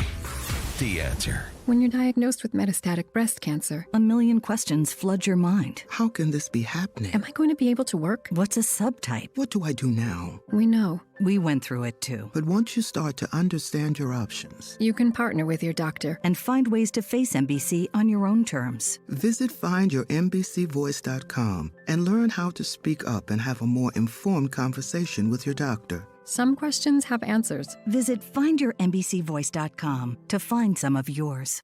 Doesn't it seem like things are always getting more expensive? Groceries, the rent, even utilities. Cost of living is up, but Allstate can help lower your cost of driving. With new lower auto rates in Illinois, you get the same high-quality coverage and hands-on expertise from a local Allstate agent. Now with new lower rates, you're in good hands with Allstate. If you haven't quoted Allstate lately, it's the perfect time. Get a quote today. Subject to terms, conditions, and availability. Savings vary. Balance of Nature. Changing the world, one life at a time. The number one reason I started taking Balance of Nature was the quality and I think the proven science behind it piqued my interest. I've tried so many different types of supplements, whether they're dietary supplements or just general vitamins. This is the only dietary supplement that I've ever taken where I actually felt a noticeable change. To me, that speaks volumes, you know. Don't wait to see what getting over 10 servings of whole fruits and vegetables every day can do for you. Right now, Balance of Nature is offering free shipping and 35% off on any new preferred order of fruits and veggies. Start your journey to better health today by calling 1-800-2468-751 or by going to balanceofnature.com, and make sure to receive this special radio offer by using discount code CHICAGO. Hi, I'm Frank Thomas, the Big Hurt, Hall of Fame baseball player. For me, swinging the bat and chasing my kids, it caught up with me. So I used Ecoderm, Relief Cream plus full spectrum CBD. It really made a difference, and it might be right for you too. I want to send you a free sample of Ecoderm, Relief Cream plus full spectrum CBD. Just text Ecoderm to 31996. This lab-tested cream from EcoSciences uses the highest quality hemp with the richest profiles on the market. We've been making quality CBD products for almost a decade and want to share this revolutionary cream with you today. Find out what this CBD craze is all about And if it really works for you, Ecoderm. Try it for free by texting Ecoderm to 31996. Text Ecoderm to 31996. Text Ecoderm to 31996 now for your free sample from Frank Thomas while supplies last. Message and data rates may apply. Please don't text while driving. If you've been in business more than 20 minutes, you've probably printed your logo on all kinds of promotional products. We all know logos work because they're on everything from the top of skyscrapers to the bottom of shoes. Ever wondered why? Or how to best use your logo to grow your business? Let us show you today for free. We're 4imprint, promotional product experts at your service. We're giving away the latest issue of Amplify, the digital magazine that reveals promotional product success stories absolutely free to everyone who texts BOOST to 88988. At 4imprint, we make your logo look perfect on thousands of promotional items. With our 100% guarantee, it'll be right the first time, on time, every time. Your free e-magazine will reveal invaluable insights that can attract new customers, build your brand, and grow your business. Get the latest issue of Amplify absolutely free by texting BOOST to 88988. That's BOOST to 88988. If credit card debt has you down, nonprofit Trinity Debt Management can help. Trinity will consolidate your accounts into one easy-to-manage monthly payment, put a stop to late fees, and drastically reduce your interest. You'll pay thousands less than you originally owed. It's not a loan. It's a way to become debt-free and possibly improve your credit score. So call Trinity and talk to a certified counselor. They'll explain their proven program to you with no pressure, just practical solutions and hope for tomorrow. Are you ready to pay off your credit cards in less time for less money? Then call for a free no-obligation debt analysis and become debt-free for keeps. If your debt has you down, we should talk. Gather up your bills and call this toll-free number for a free, no-obligation debt analysis. Call 1-800-990-6976. 1-800-990-6976. That's 1-800-990-6976. 10, 15, 20, 30-year term, whole life, universal life, index universal life, variable universal life, long-term care. Are you confused yet? No need to be. For nearly 3 decades, Northern Resource Group has assisted families and businesses understand the maze of insurance and safe money choices. Then, after careful analysis of your needs, they shop and search every leading company to find the best products and services for your family or business. Whether it's tax advantage policies, living benefits, simple term insurance, or something else, Northern Resource Group excels in selection, underwriting, and service. Call Chicagoland-based Northern Resource Group to receive your free, valuable, all-life report. It's packed with educational and easy-to-understand information. Call toll-free 888-762-8020 or visit northernresourcegroup.com. Northern Resource Group, Chicagoland's insurance and safe money professionals. That's 888-762-8020 or online at northernresourcegroup.com. Again, that number, 888-762-8020. AM 560, The Answer. Diana and Amy, as the discussion at the Human Stain sexual assault/rape trial in New York City is about his deformed privates and golden showers. I know. Gross. I try to read the gory details, and it is too much. They're gory. There's no question about disgusting. that. He's disgusting. But there's the other side of the Me Too movement, too, as we've discussed many a time, and here we have another instance. You know, can you not treat serious allegations seriously without engaging in this mindless, you must believe the accuser, rather than I'm going to take serious allegations seriously, and then I'm going to believe in due process to make sure we have our facts straight and we understand what the truth is. And that brings us to the case of Johnny Depp and his ex-wife Amber Heard. It was a couple of years ago that Johnny Depp was essentially branded a wife abuser. BuzzFeed published photos of Amber Heard with bruises. There were accusations of abuse by Depp against Heard. He was dropped from the Pirates of the Caribbean franchise in 2018, amid much speculation was because of these allegations and that report. And now there's audio that was released over the weekend of Johnny Depp and Amber Heard arguing about their relationship and the physical nature of it, the violent nature of it. I can't wait to hear this. And the picture of who was beating on who changed, takes a turn. After you got physically violent with me, I texted Travis. I said, come up here. because know. I didn't want Come and anything to save me. happen. I mean, yeah. Mhm. It's coming to what? Save me? No, go ahead. Continue. You. Travis to the rescue. No, that was the last one. You can go. You go. That was the last insult. Oh, yeah. You called me a liar, and yet I watched you lie. you called me a liar. I watched you lie. I You're heard it. I was right there. There's no what. You still haven't told me what lie it is. We'll talk But to- yet every single fucking time. We'll talk You know to you do this Travis. every single fucking We'll time. talk to Travis. I'm not fucking talking to nobody. No, That it's you fucking- go fucking jerk him off. I don't care. I really could Hello. care less. It's you every single time. You latch onto some sort of thing. When I already told you, I don't know what you're fucking talking about. You don't even know what you're talking about. You still haven't even told me what it is. But run with it. I have told you what it is. No, you haven't. I said to Travis, I said to you, hey, tell Travis what just happened. You Oh, can you care told me less. to do it. You Yeah. told me to. You said, go do that. I said, no, tell him what just And happened. I lied. And that you punched me in the fucking thing, and You figured in it the out. face, and you said, no, I didn't. What the are you talking about? And I didn't watched punch you lie, and then I I didn't said- punch you. and By then the I- way, I'm sorry that I didn't You, hit punched me. you across the face in a proper slap, but I was hitting you. It was not punching you, babe. You're not punched. Don't tell me what it feels like to be punched. You know, even a lot of fights. Why damn Prof is single. No, when you have a closed You didn't fist. get punched. You got hit. I'm sorry I hit you like this, but I did not punch you. I did not fucking deck you.